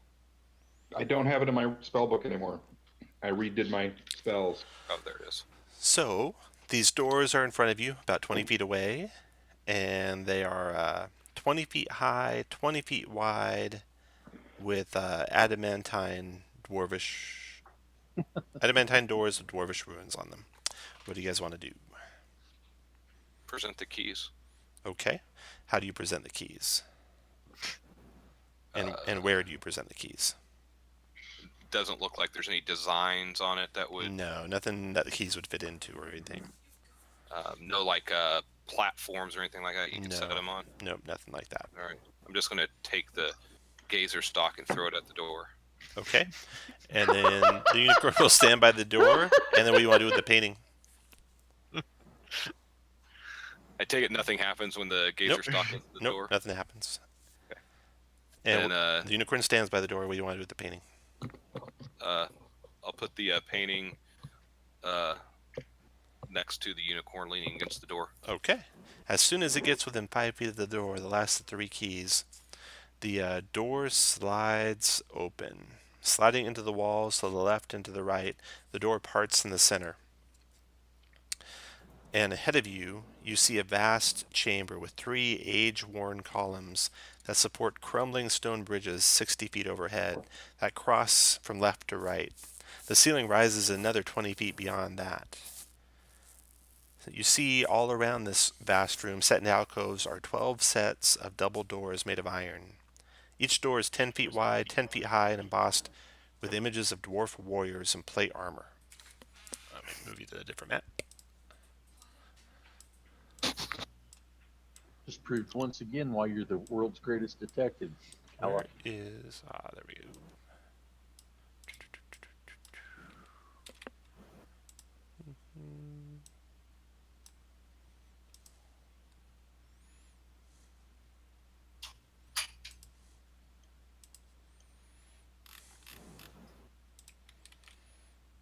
Alright, so you guys should be here. The doors slide into receptacles to the left and to the right. And then you see this vast room ahead of you. And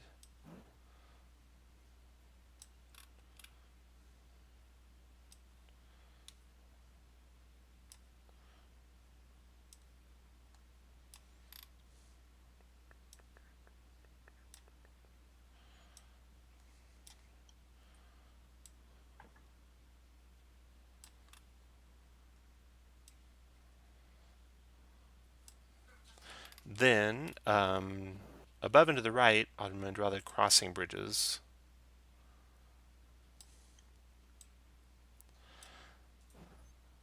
So, these 3 columns in the center of this room, this vast room, support these 3 bridges overhead. To the left, you see an archway, and then they continue on into the darkness. To the right, you see 3 doors that the bridges end in front of. And again, those bridges are 60 feet over your head, and the ceiling continues another 20 feet above those. And then lining all around the room are 12 sets of double doors made out of iron, each 10 feet wide, 10 feet high, and embossed with images of dwarf warriors in plate armor.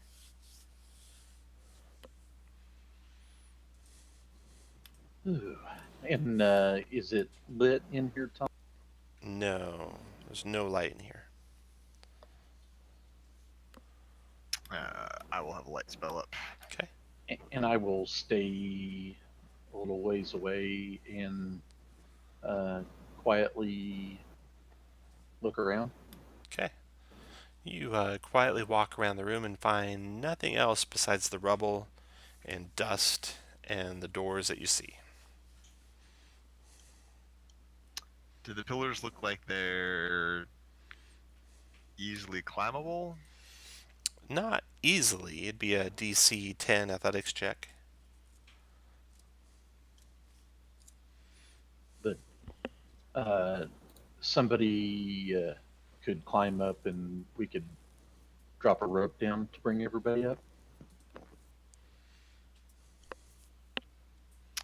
Yeah, I mean, if only we had someone that could climb really well.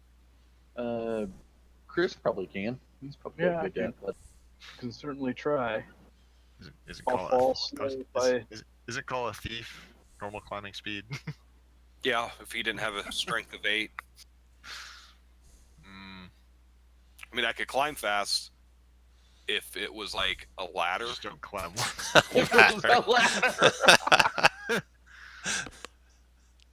Oh, God love it. That should be a universal rule that you should be able to substitute that athletics for acrobatics. I will. I'll. But that's I'll kind climb of, yeah, when you have a character who's meant to be really good in dexterity and then you make one of their better abilities strength based, it doesn't make a lot of sense. But There's also doors. You could go through a door if you wanted to. Kala does have the ability to open up a door as a free action. There you go. Just pick one, Kala. I'm right behind you.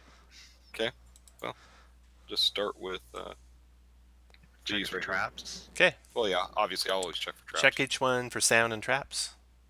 Yep. All right, you find all but 2 don't budge. Okay. The 2 that do budge are to the western wall, the 2 northern ones on the western wall.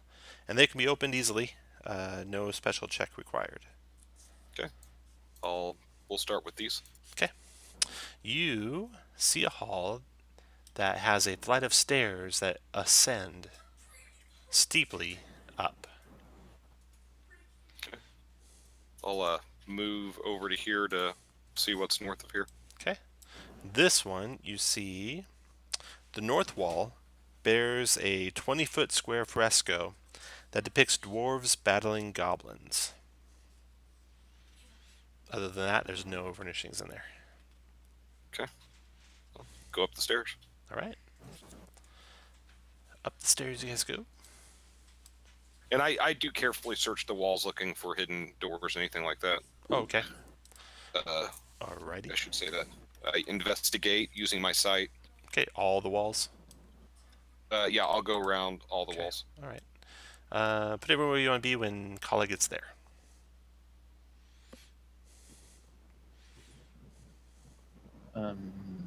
Where's the light at? 20 feet from Merkel. It's bright. 40 feet's dim. So you have to be 40 feet away from Merkel. Okay. So that's not going to happen. Okay, Kala. I need you to make a DC 12 Wisdom saving throw. That sucks. No problem.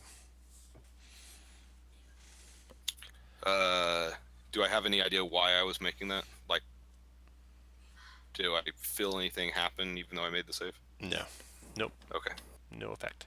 So you finish searching all the walls, and you're good. You don't find anything. All right. Well, then let's head upstairs. All right. Upstairs you go. The stairs come into a pillared hallway.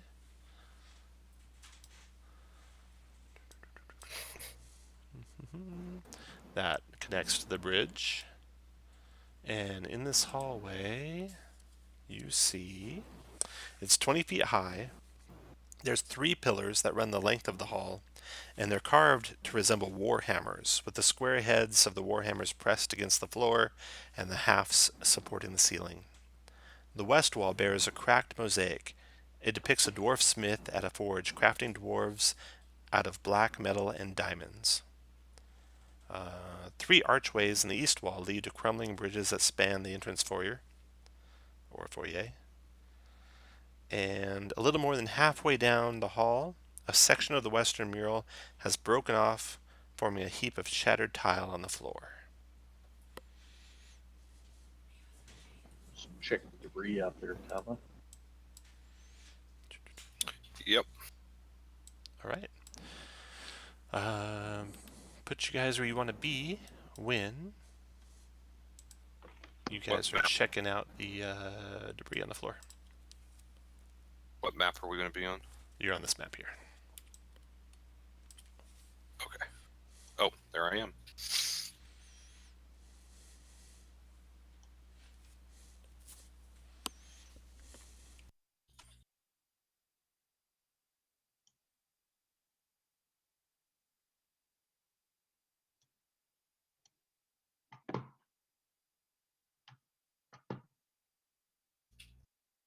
Oh, I guess we would have come up these stairs right here, right, Tom?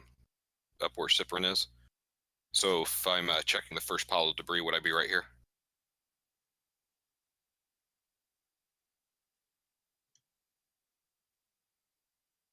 Hello? I hear you. I'm not hearing anybody else. The debris is right where Kai is standing. Oh, okay. Sorry, I thought these were piles of And debris. I'll move over to here. Everyone good? Yes. All right. A crack in the wall conceals a black pudding that gushes out and attacks you when you inspect the debris. Roll for initiative, everyone.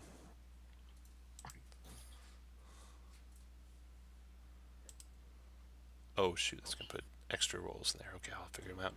Okay, Mischief should be a 19. Mischief. Josh should be a 19. Kai should be a 10. Change my name. Kai. 10, got it. Phil should be a 12. Bob Ross should be a 12. Riprin should be 18. Urkel should be 21. Holy cow, Urkel.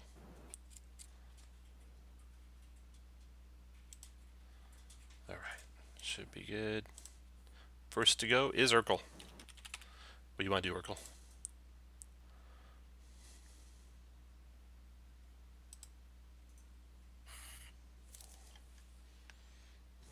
Jeremy.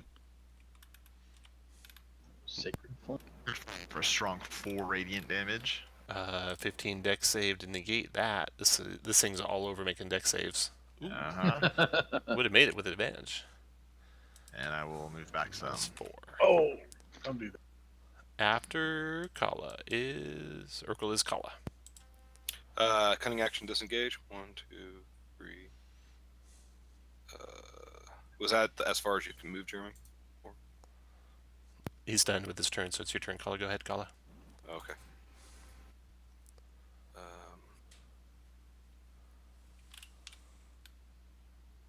All ready in action. Ready a short bow attack. Ripper in, your turn. I will move forward to here, and I'm gonna try Toll the Dead on it. Alright, here is its wisdom saving throw. Good thing it's wounded. Boom, 6 damage. Looks like it is affected by necrotic. Okay, after Ripper in, Bob Ross.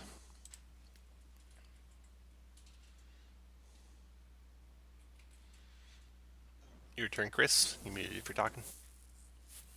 I know, I'm sorry. I'm trying to think of what I'm going to do. Give me just... You're going to paint a smiley face on that pudding. And call him Lil Puddin'.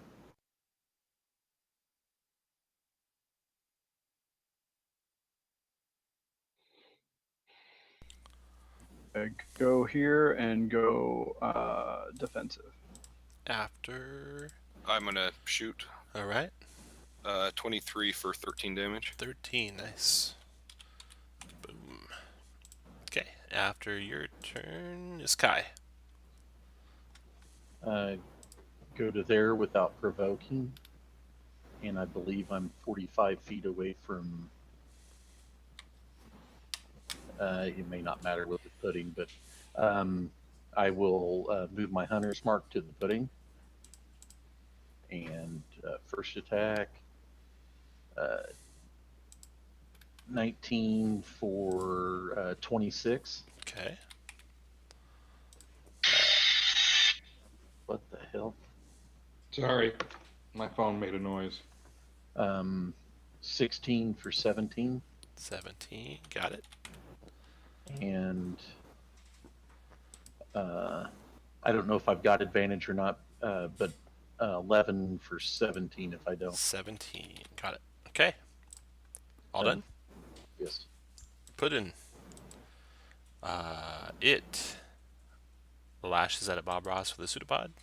20 to hit you, Bob. Yep, that's a hit. 4 bludgeoning and 15 acid. And you're not wearing any armor, so you don't suffer any negative effects. Urkel, your turn. No. Alright. Did you guys want me to move closer or further away? I just want you to move away from that corner so that I could duck around it and duck back and shoot without giving it cover. Sacred Flame? Sacred Flame deck save. Ready, Oh! coming in. Dodges. Wow. Alright, and I'll move over to here. Alright, Kala, your turn. Okay, 1, 2. Move to there and hide. Cunning action hide. Okay. 20. Move to there and shoot at him.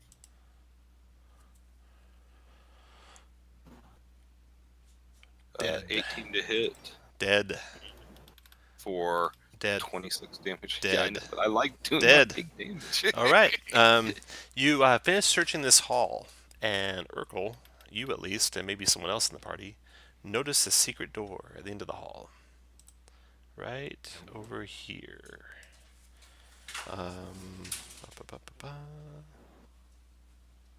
What's your passive, Jeremy? My passive perception. Mhm. 17.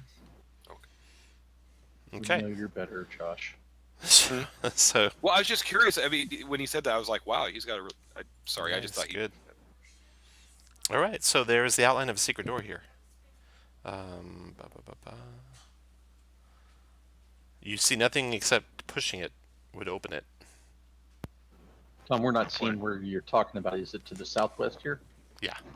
Okay. Right at the end of the hall. A gap. Yep. All right. Alright. Right there. I'll listen and then I'll push it open. All right. Takes a 17 athletics check, but with all you working together, you'll eventually get it. To reveal a secret chamber. The secret. Full of magic items. Oh yeah, all magic items all the time.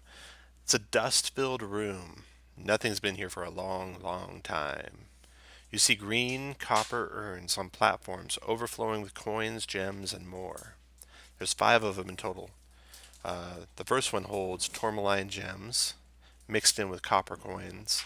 The second holds 11 golden rings and silver coins. The third one is piled high with gold. The fourth one is full of gemstones, and the last holds a 9-inch tall silver statuette of a dwarf priest of Moradin with amethyst eyes. So, you can scoop up all that treasure. Sweet. I thought that this dragon horde was going to be bigger, but all right, let's go. Hey, yeah, job done. High fives all around. So start at the south walkway and work our way north. Okay, Since we're down here. all right. Obviously checking for the stability of the bridge as we're Okay, going. it does not look very stable. You think a significant amount of weight on it, it might collapse. So we'll rope each other off and space ourselves and go across carefully. Okay, hammer some pitons into the wall and stuff even? Yep. All right.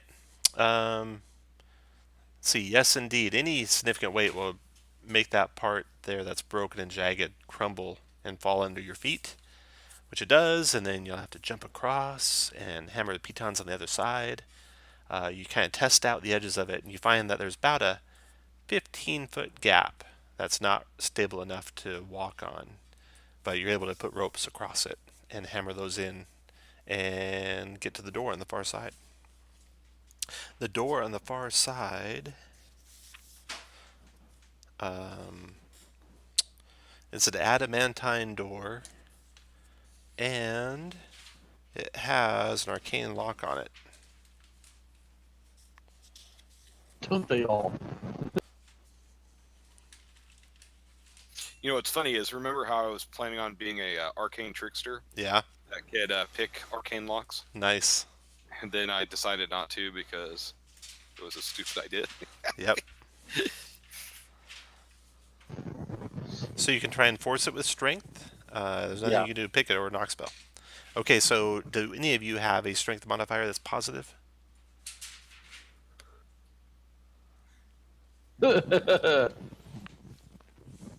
Urkel? No.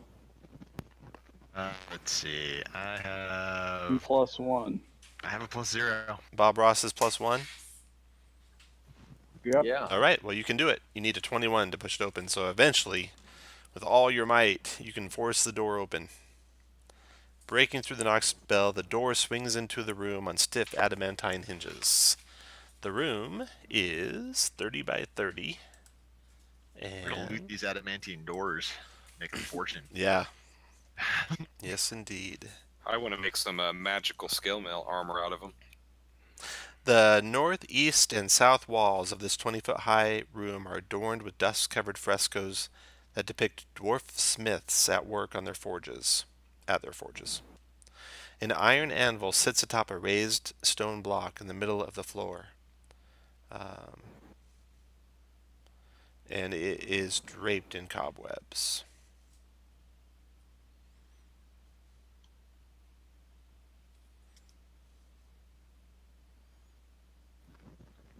Check it all out, investigate it. Okay. The frescoes You notice that a stone hammer being wielded by a smith in a fresco on the south wall can be taken away from where it rests.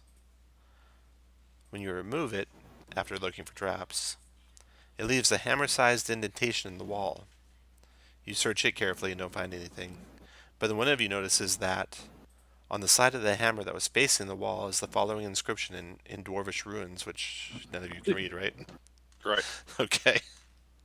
So there is an inscription on the side of the hammer you couldn't see in Dwarvish runes. Would legend lore tell us what it says? It might. Click that. Oh, I have to click it.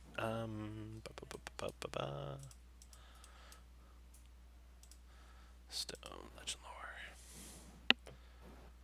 Person, place, object of legendary importance. Summary of significant lore about it. So, not unless this stone hammer was legendary, Got it. like the Hammer of Morden or something, or unless this place here was legendary. Further search of the room. When you clear away the cobwebs from the iron anvil, you see an inscription on the front of the stone block, also written in Dwarvish runes. Put the hammer on the anvil and match them up where the runes. You don't see anything where the runes like key into each other at all. Is the unicorn still hanging around? It hasn't been that long. No, it disappeared when the door opened. Why don't you strike the anvil with that hammer? Or I will. Probably the person with strength should do it. If we I'll- could actually maybe lift that hammer. All right, why don't you put you guys where you want to be standing when Kai hits the hammer on the anvil?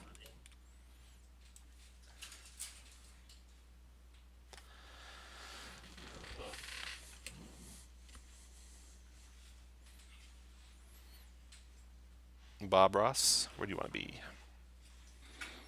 Everyone happy? All right.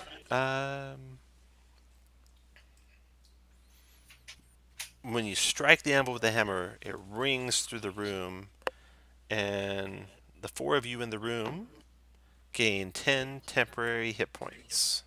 Sweet. Fucking it.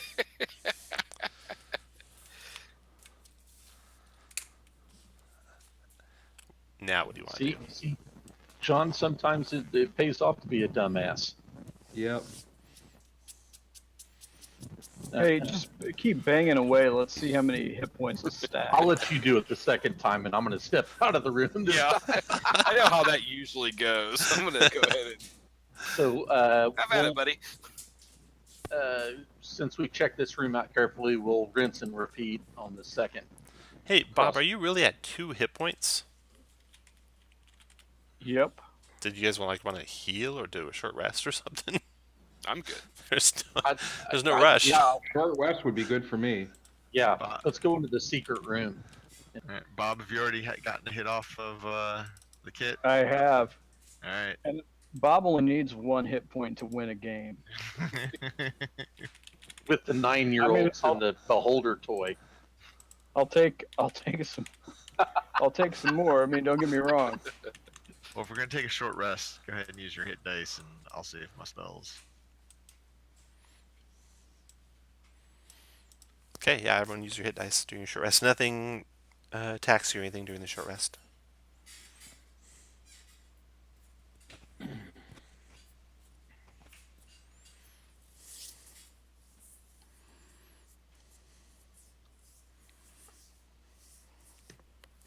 Okay, then after your short rest, where do you want to go? Second crosswalk. Second crosswalk. Okay, what do you want to do there? Rinse and repeat from the Okay. previous. You got like a 15-foot gap you got to jump across. Who wants to do that? Our monk is the jump master. He jump master. So a running long jump. You can jump your strength in feet. None of you can jump more than 13 feet, Well, evidently. yeah. But Unless if I you step use, of the wind, that's yeah, you times step the wind, 4 is- you can double it, I think. Times 4? Should I mark that down as 1 error Let or me 4 see. errors?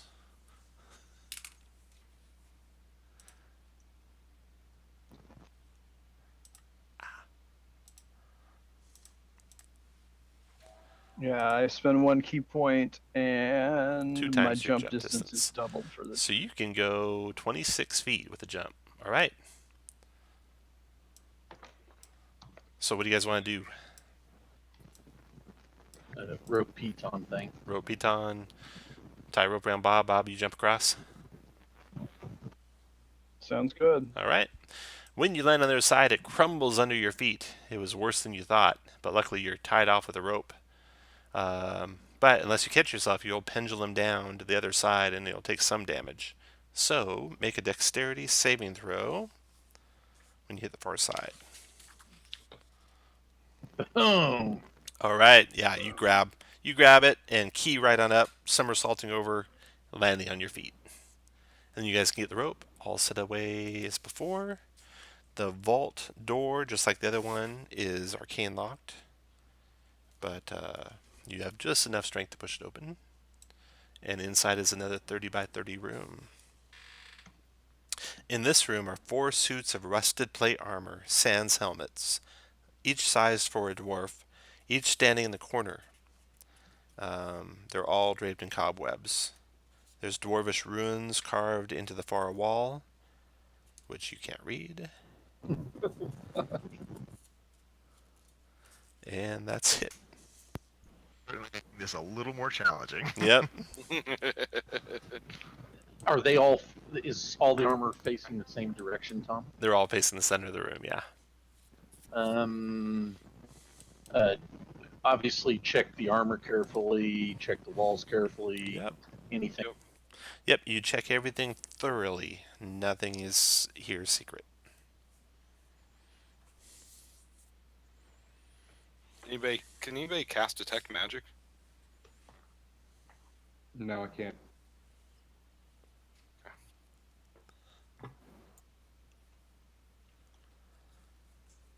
Yeah, that'd be pretty easy. Let's rotate the armor where it's facing outward. Okay, you toy with everything you can toy with in this room and nothing happens. Okay. Put the so it's all facing inward. Put the have them all facing inward and put the that statue we found of Morden in the center. Yeah, you do everything you can think of and Okay. nothing changes. All right. So back out, rinse and repeat. 3rd floor. All right, 3rd door. Dun, dun, dun, dun. This room has a 10-foot tall painted statue of an armored male dwarf wielding a battle axe and wearing a mask that stands at the back of the 20-foot high room. Before the statue set into the floor is an adamantine trapdoor with a pull ring along one side. Urkel, actually, I don't know if Urkel even has it. Do you have religion, Urkel? That's a great question. Let's see. I am trained I in do. religion. All right. Urkel, make a religion check with advantage because Bob Ross can help you. 15. 15. Okay, you do not recognize that dwarven statue, what it might indicate. So, again, the room's got a 10-foot tall painted statue of an armored male dwarf wielding a battle axe and wearing a mask that stands at the back of the 20-foot high room. Before the statue set into the floor is an adamantine trapdoor with a pull ring along one side. Would legend lore tell me about this dwarf? It's an object of legendary or a person of legendary importance. The statue, possibly. Yeah, I'll do legend lore on the statue. Okay. That is the dwarven god of vigilance, also known as Fire Eyes. His name is Gorm Golthin.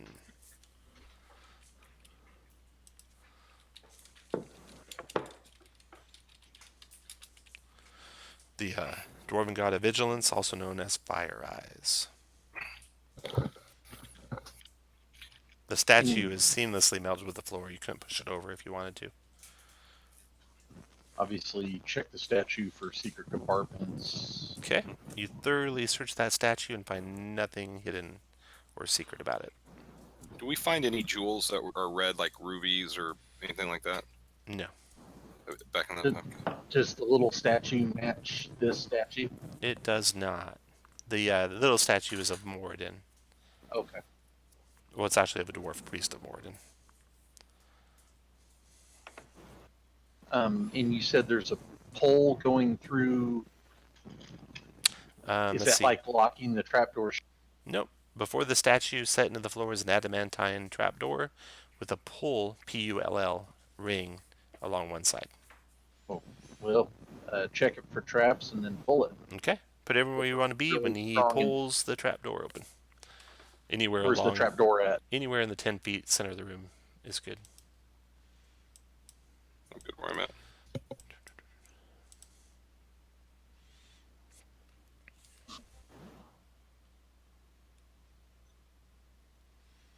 And we're good?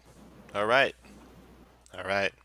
Rays of fire shoot out from the statue's eyes, striking toward Kai. Make a dexterity saving throw, Kai. Good. Kai dives out of the way, but the rays catch him before he can and do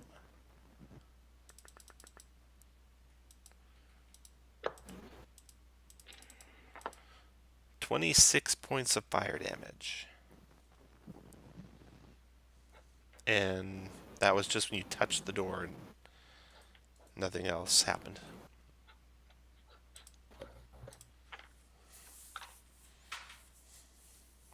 Okay. So, just to speed things along a little bit, you guys are at a significant impasse with your disadvantage that you have right now. You're going to have to think of a pretty ingenious way to get around it. Or a pretty basic way to get around it.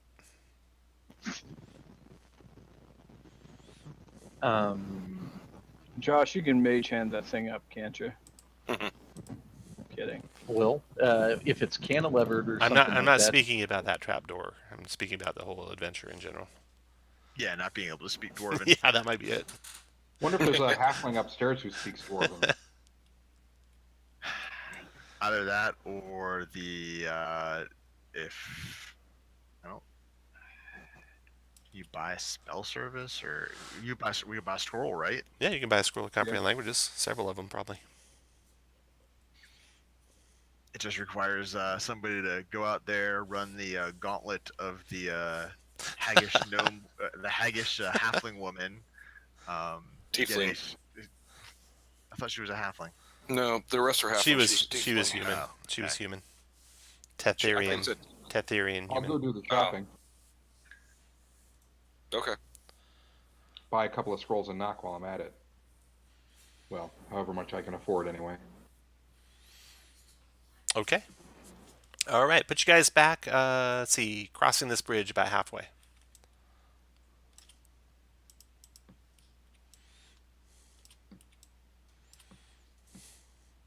Actually, no, never mind. You get all the way back out to. Oh, wait a second. Wait a second. Somebody's following us.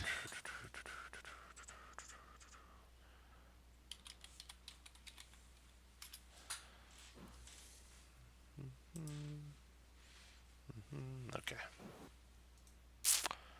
All right. So, yeah. You'll have to run the gauntlet of the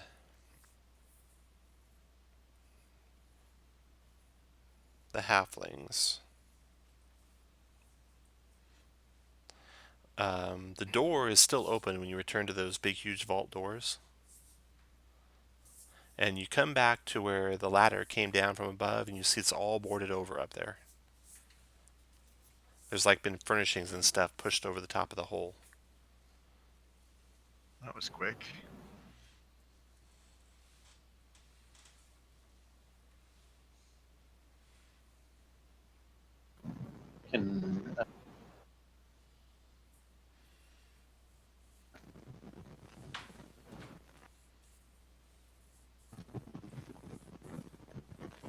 can we just blow ourselves up and start the new campaign?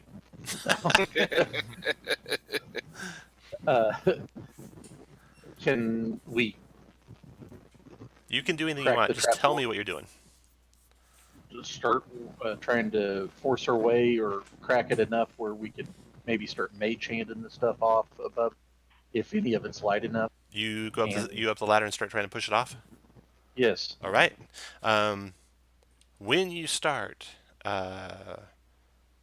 you hear something, muffled voices. Sounds like maybe high-pitched voices, and then some furniture starts to scrape back. And then you see a little halfling face peering down at you. It's like, if you hurry, she's not around. And they push the furniture out of the way so you guys can get up and get out. And they say, where's the unicorn? He's standing guard down there. We got to come back. Okay, we'll push this back so it looks like you didn't come back through here. Okay. So they do that for you, and then you guys can get to the street and buy some scrolls. Gosh, that's gonna be expensive though. What's comprehend languages cost? It is a level 1 spell, right?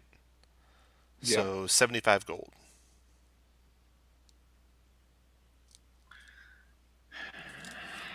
How long does I'll it buy last? 2 of those. How long does it take to scribe that scroll into your spell book where you could do it as a ritual? A day. Oh, okay, never mind.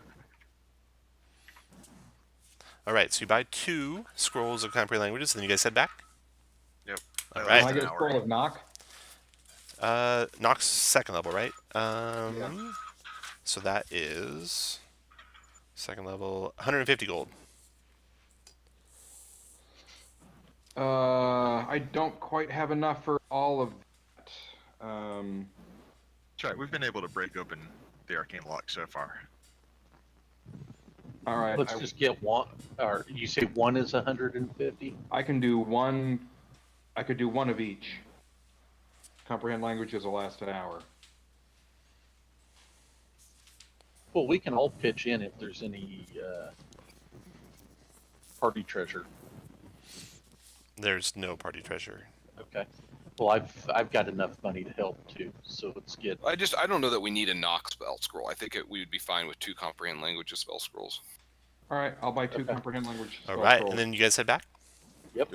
All right, you arrive back. The halflings help you sneak back in again, and you head back to the vault with your comprehend languages. And which ones do you? There's writing in all those vaults, I think. Let's Get to the start very with- first one. I'm going to cast it, and we'll just start reading. All right, the front doors, they're hidden, so you can't see what they say. The vault to the south, it says, that was with the hammer and the anvil. The hammer says, "Let hearts be lifted and battles won," and the anvil says, "Let the hammer fall and the anvil ring." So you did that already. Pretty clear. Then the next one, this is the middle room. The writing in dwarvish runes carved into the far wall. This is the room where there's 4 suits of rusted plate armor. The writing says, "A secret never before told will part Dumathoin's lips." Make an intelligence religion check, please, Urkel, with advantage. All right, Urkel. 18. Dumathoin is the dwarven god of secrets. what does it say again? And it Tom? says, "A secret never before told will part Dumathoin's lips." So I'll whisper into the. I'll make sure I have everyone stay back, and I whisper into one of the suits of armor about my where I bury the gnomes.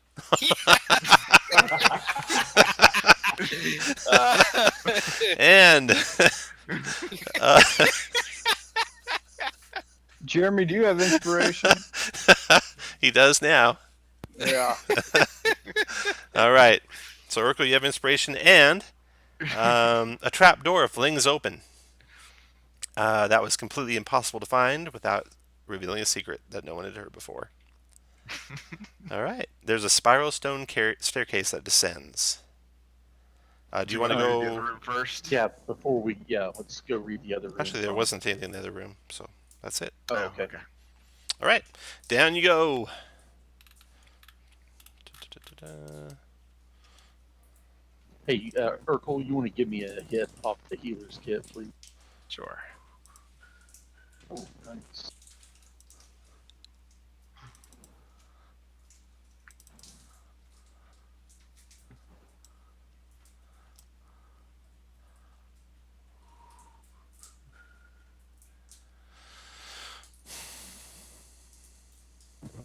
Tom, I'm assuming an hour would have transpired from when we went down here, Correct. went back up, and then came back Correct. down.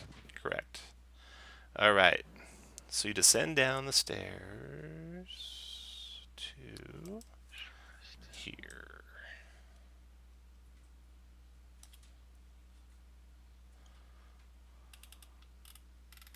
So there is a hallway heading north and south. You guys can decide which one you want to go down, and then put you guys by the end of either the north one or the south one, just as you're turning the corner. It is just to the south of where you were at before, just down here. Let's go south. All right. Put you guys right around the corner as you turn. You look into a vault.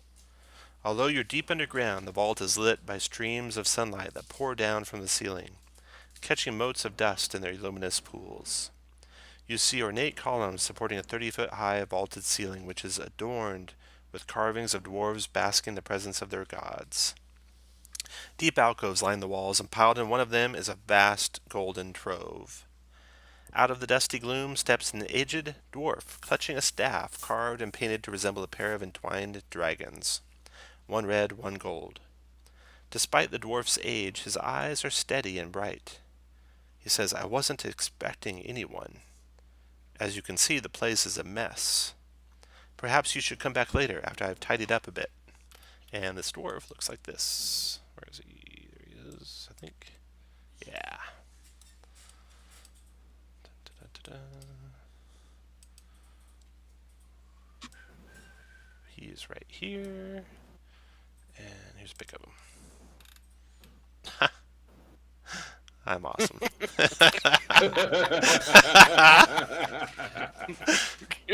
You never would have guessed. No, not at all.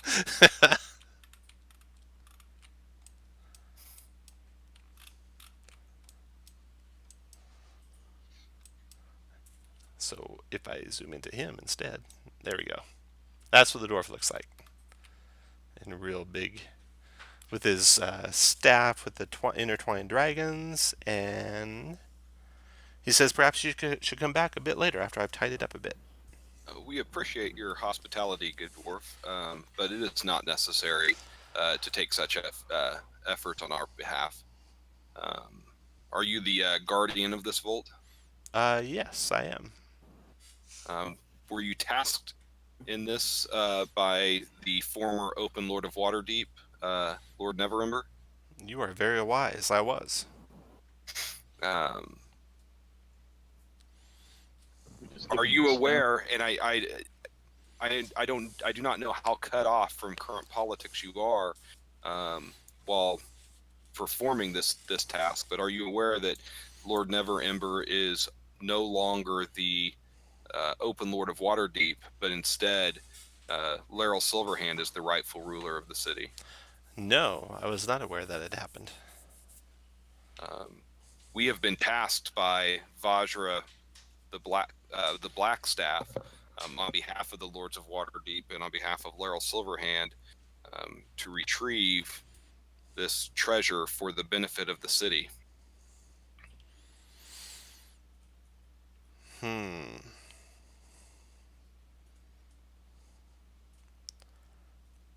You can make a charisma persuasion check with advantage. God. Nice. Well, that may be, but this vault belongs to Lord Neverember, and I am here to guard it. Did you show him the stone, Josh? No. Is that not important? No. Okay. I don't think it is. But And we've been tasked by his heir, Rainier. yeah, we are boon companions of his son Rainier, who remained in Waterdeep. Presumably, he is the rightful owner of these of all of Lord Neverember's holdings that he abandoned. You have many good points, And if you are indeed friends with the current Open Lord of Waterdeep, I'm sure you could have them come and we could talk. Of course, and that's not a problem at all. Our main concern is that there are many nefarious organizations that are also seeking this vault. They were seeking the Stone of Galore. I'm sure you're familiar with it, as it revealed the location of this vault. And my fear is that now that this vault has been opened, if we were to leave, then you may be assailed by powerful forces seeking to take this treasure for nefarious purposes. Well, I could take the stone and then close the doors. That should keep me safe, right? It would, unfortunately, that would somewhat be the same as, I'm sure you've heard the expression, cutting off your nose to spite your face, as that would then deprive the city of these resources it so desperately needs. The resources that the young Lord Neverember intends for the city to use. Well, I understand your plight, but you'll have to bring the Open Lord of Waterdeep, to prove that you are the rightful owners.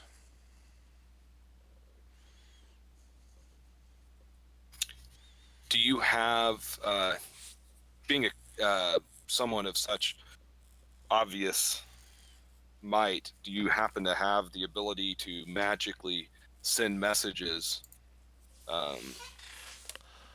so we could remain to help you guard this while the Open Lord makes her way down here? Let me check.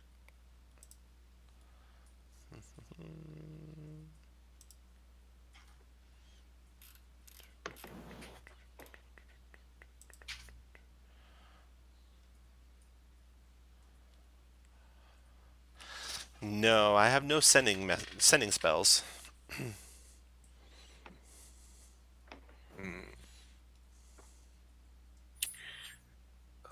Would you mind if I take a moment to confer with my companions to see if they have any ideas on how we might be able to overcome this conundrum? Sure. It's easy. You just need to leave here and go get the Open Lord and come back. Well, as I said, my concern is not with... You needn't fear. No one will take the gold from me.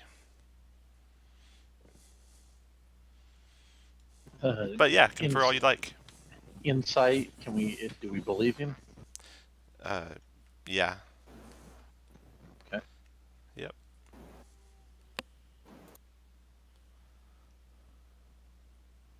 Well, I mean, our goal was to locate the vault for the city. I mean, we've done that. It's not as though we could really haul this gold out there by ourselves anyways. I mean, Yeah. there's a crap ton of gold in here, right? Yeah, there's 10,000 pounds worth of gold here. Now, would he accept Rainier down here? We don't even know where Neverember is, do we? No, we went. It's not that Open Lord. It's the the current Open Lord is Terrestrial. Oh, Laryl Laryl. Silverhand. Yep, levels. Yep. Which we have not met Laryl Silverhand, but I'm sure Vajra the Blackstaff would be. Yeah, Well, Vajra could get you an audience with her for sure. Yeah. And of course, if you could take her right to the vault, she'd come right to the vault. all right, Half a let's million do gold that. coins embezzled from Waterdeep. She'll be here. So heading back? Yeah. Okay, now put you guys back on the bridge. So you'll be halfway across that bridge, whoever the leader is. This bridge right here, or the one? The one here? up above. All right. The northern, let's see, it'd have to be the middle bridge. Yeah, the middle bridge. So you're just getting ready to cross the rope, actually. In fact, one of you is halfway across the rope. So you can put one of you in the gaping maw of the opening there. You'll have whatever's in your hands put away, and you'll be shimmying along the rope. The rest of you are waiting your turn when a cold, brisk wind blows through the vault. And a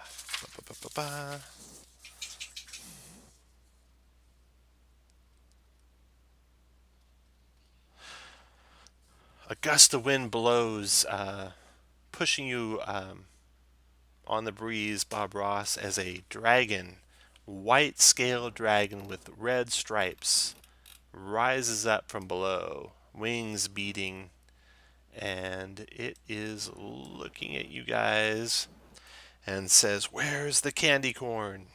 Give me my candy corn." Where's that, my dragon?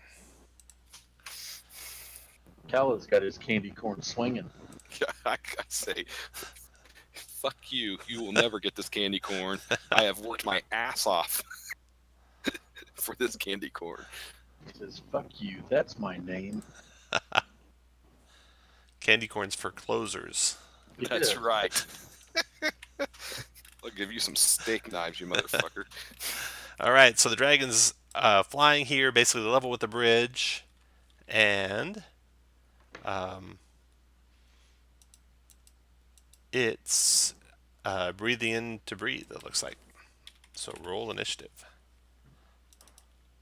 God, been rolling high initiatives all day, and when I am about ready to get blasted with a breath weapons when I roll shit. That's right, dragons start real fast. Let's see how he does. Yeah. 9, just fast enough. All right, first to react to the dragon is Ripperin. So Ripper. this Yeah, dragon's go ahead. white with red stripes on it, and definitely very cold. You can feel the frosty breath. I'm going to firebolt it.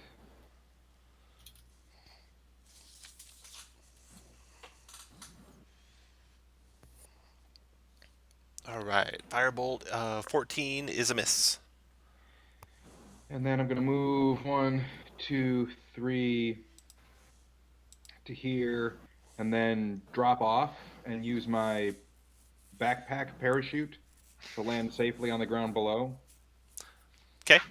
You did recall that I said you can't have both your regular backpack and that backpack parachute on at the same time, right? All right, so then I will stay. I do not remember that. I'll just move into here. Do any of you guys read my notes? I don't think so. What As evidenced by Bob and Kai always having the same mistakes in their character sheets. Urkel, your turn.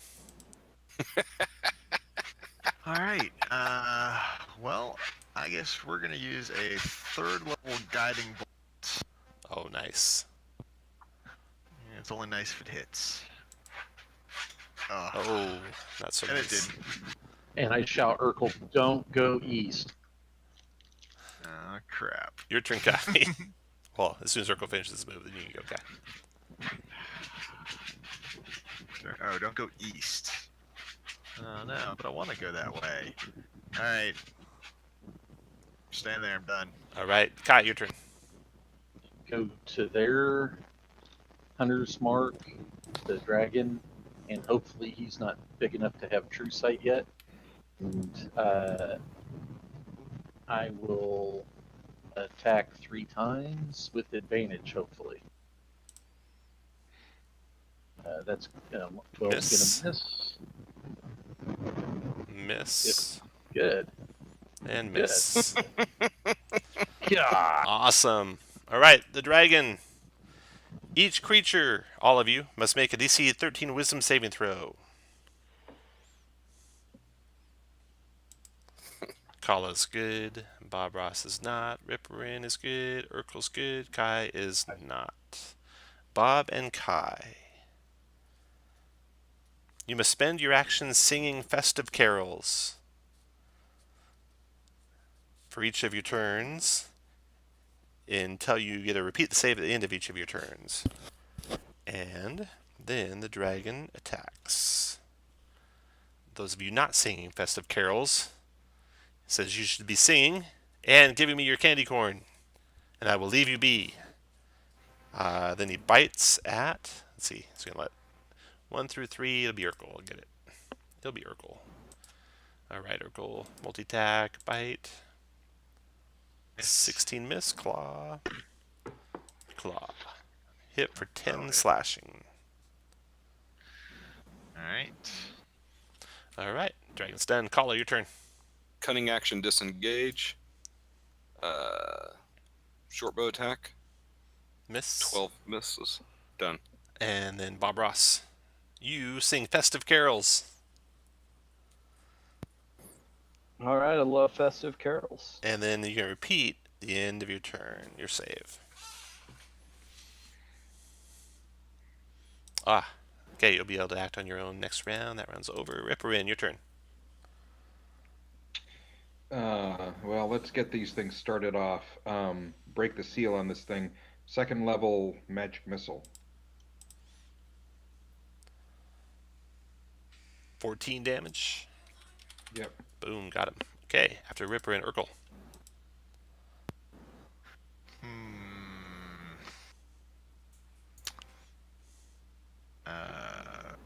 We're gonna. Comes after me, Kai. You already used your big whammy.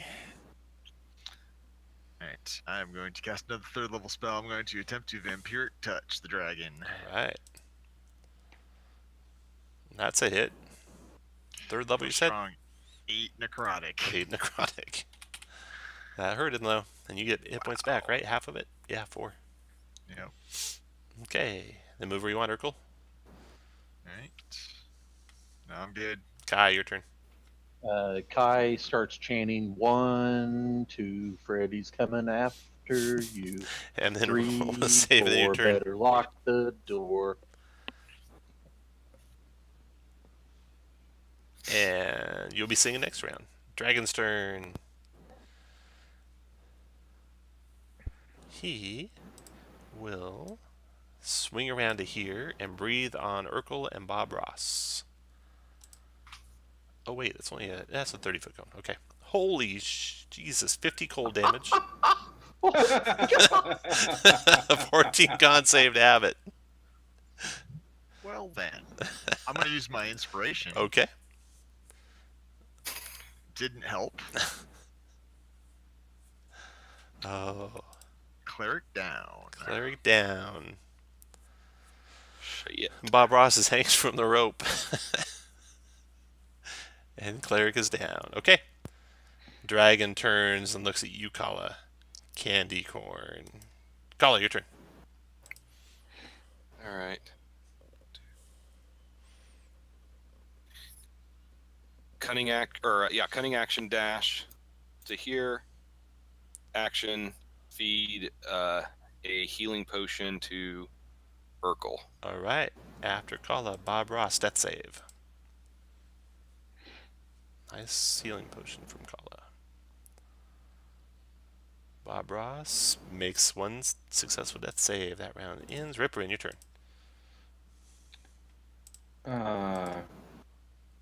We'll step up where I can see the thing. Man, it's just not enough. Toll the Dead. Toll the Dead. Wisdom saving throw. Failed it. Takes 4. Back down here. After Ripperin, Urkel. Stand up.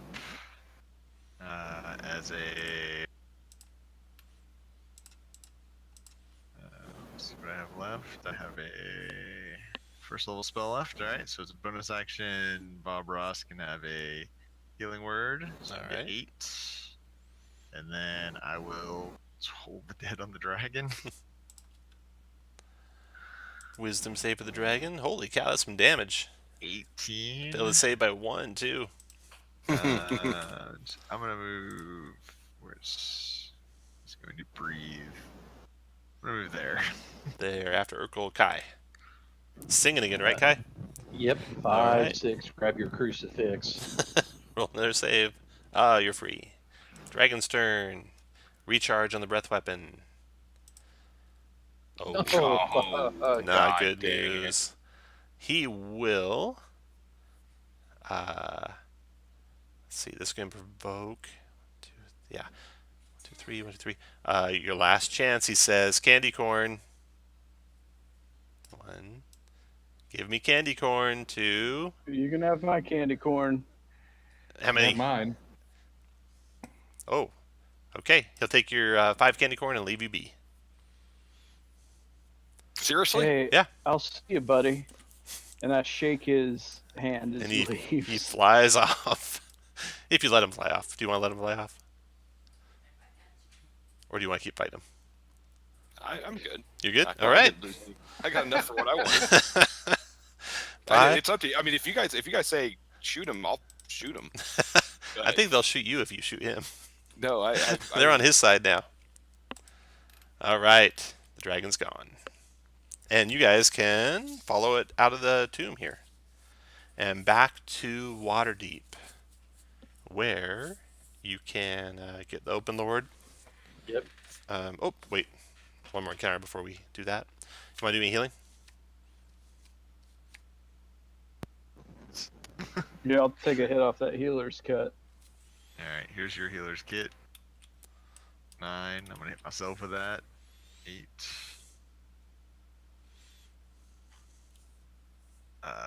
And then let's see what I got for spell slots left. Not a whole hell of a lot.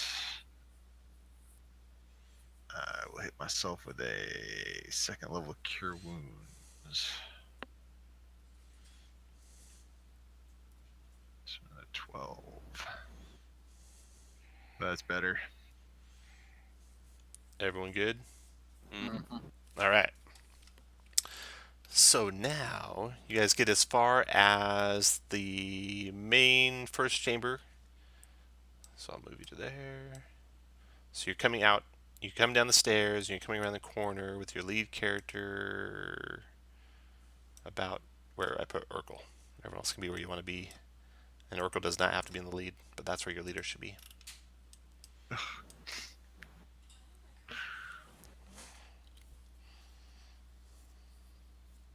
I'm actually good where I'm at.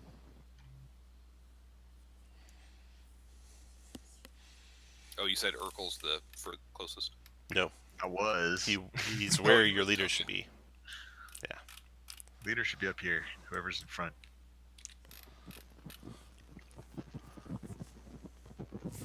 Well, the range guy will be up front. Everyone good? Yes. All right.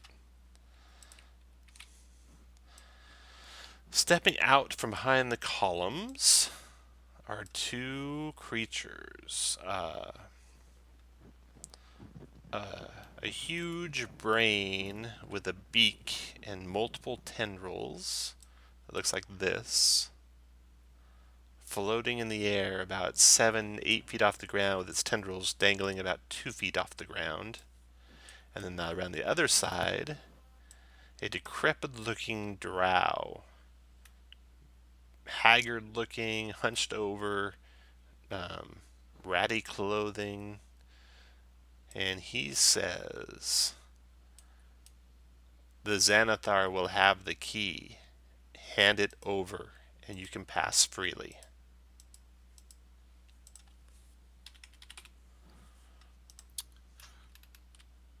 I don't seem to have it.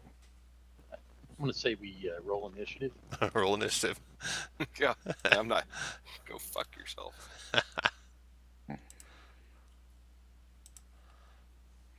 Oh my god, it's not going to be good for you guys. Okay, Ripperin, you are first. I will step forward this far, and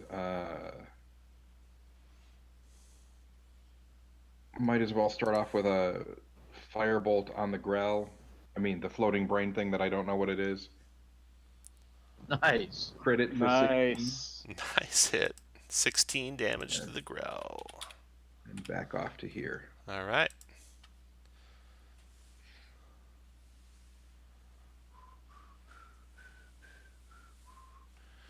All right. Very well, he says. I'll take it off your dead and bloated bodies. And then he casts a spell. And a poisonous, noxious cloud envelops you all.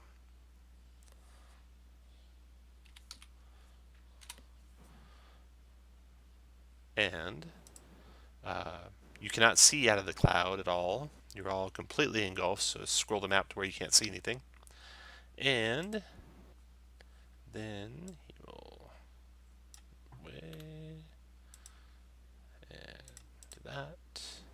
And Kai, when you start your turn, you take 28 poison damage. 14 con save halves that. Nicely done. 14 poison damage. Concentration check DC 10. Good. You know the caster was to your southeast. So it takes you just 2 squares to get to there. Now you can see the grill directly to the south. You assume the caster hid behind the column.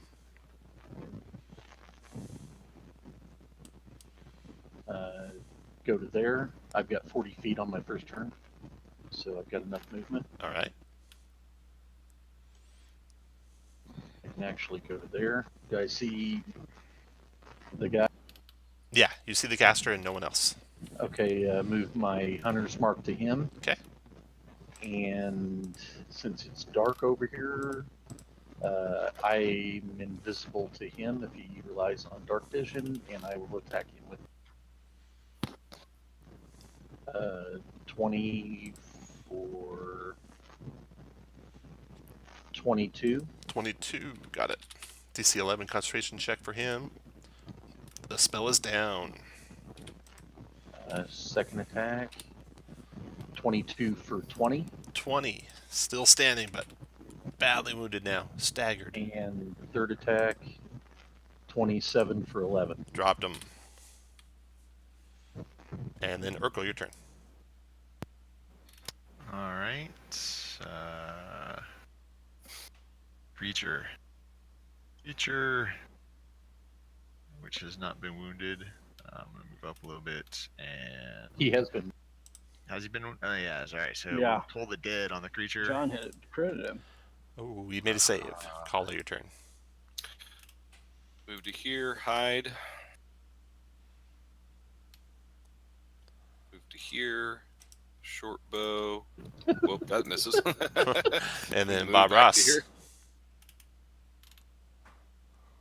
How far up in the air did you say it was? Oh, he's within reach. He's only like 8 feet off the ground.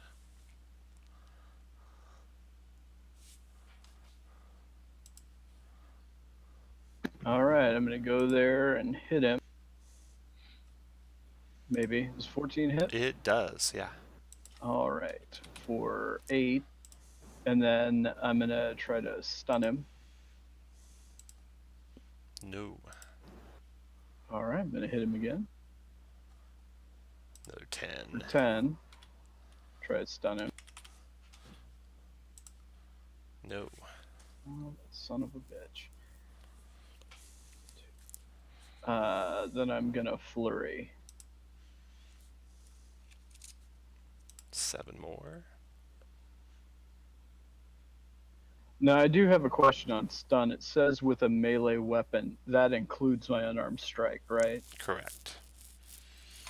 It's a melee weapon attack, not an attack with a melee weapon. Okay. Kind of. Then another one.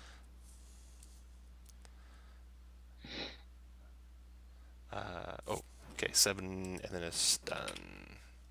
Stun con save? No. One more attack. Damn it. Just a second, I just want to make sure I have enough points to hit him. That was 4 spent so far. You got 1 left if you haven't spent any before. No, I spent one to jump across that chasm, Got it. so I don't have any left. But I do One- have one more one attack. attack. 14 is a hit for 8 more. Alright, after your turn, the grill goes. The grill multi-attacking with 1 tentacles, 1 beak. First the tentacles attack you, miss.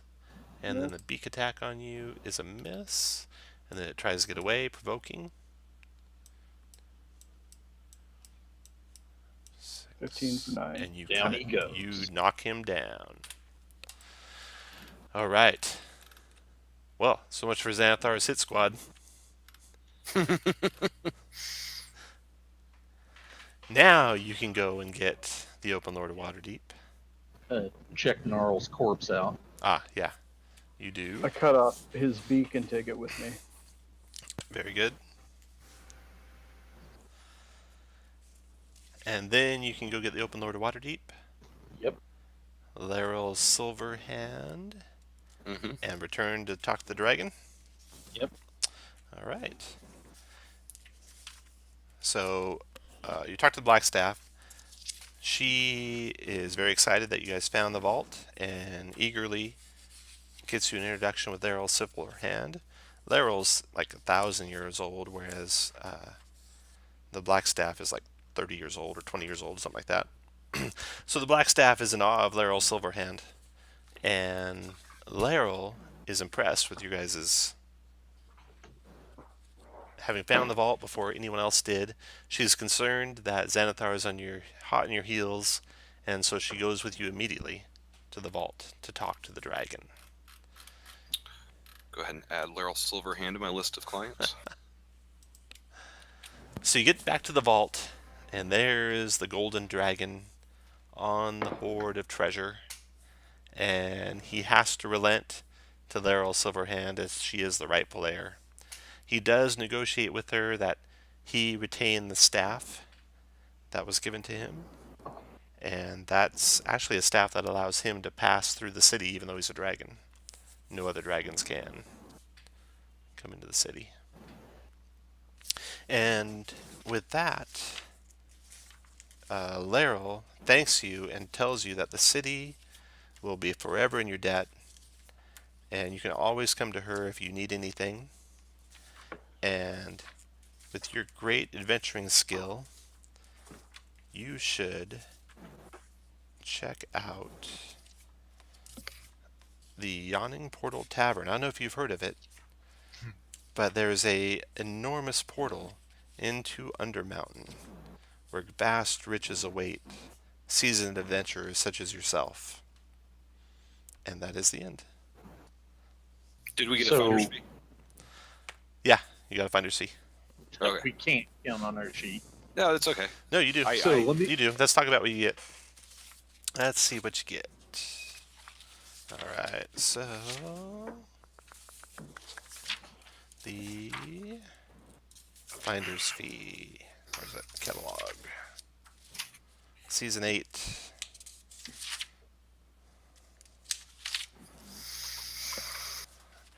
Alright.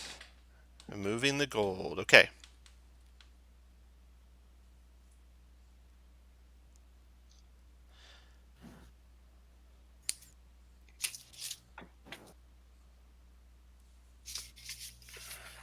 If the characters surrender the treasure to Laryl Silverhand, Jarlaxle, or Lavin, they are rewarded with 8 treasure checkpoints each.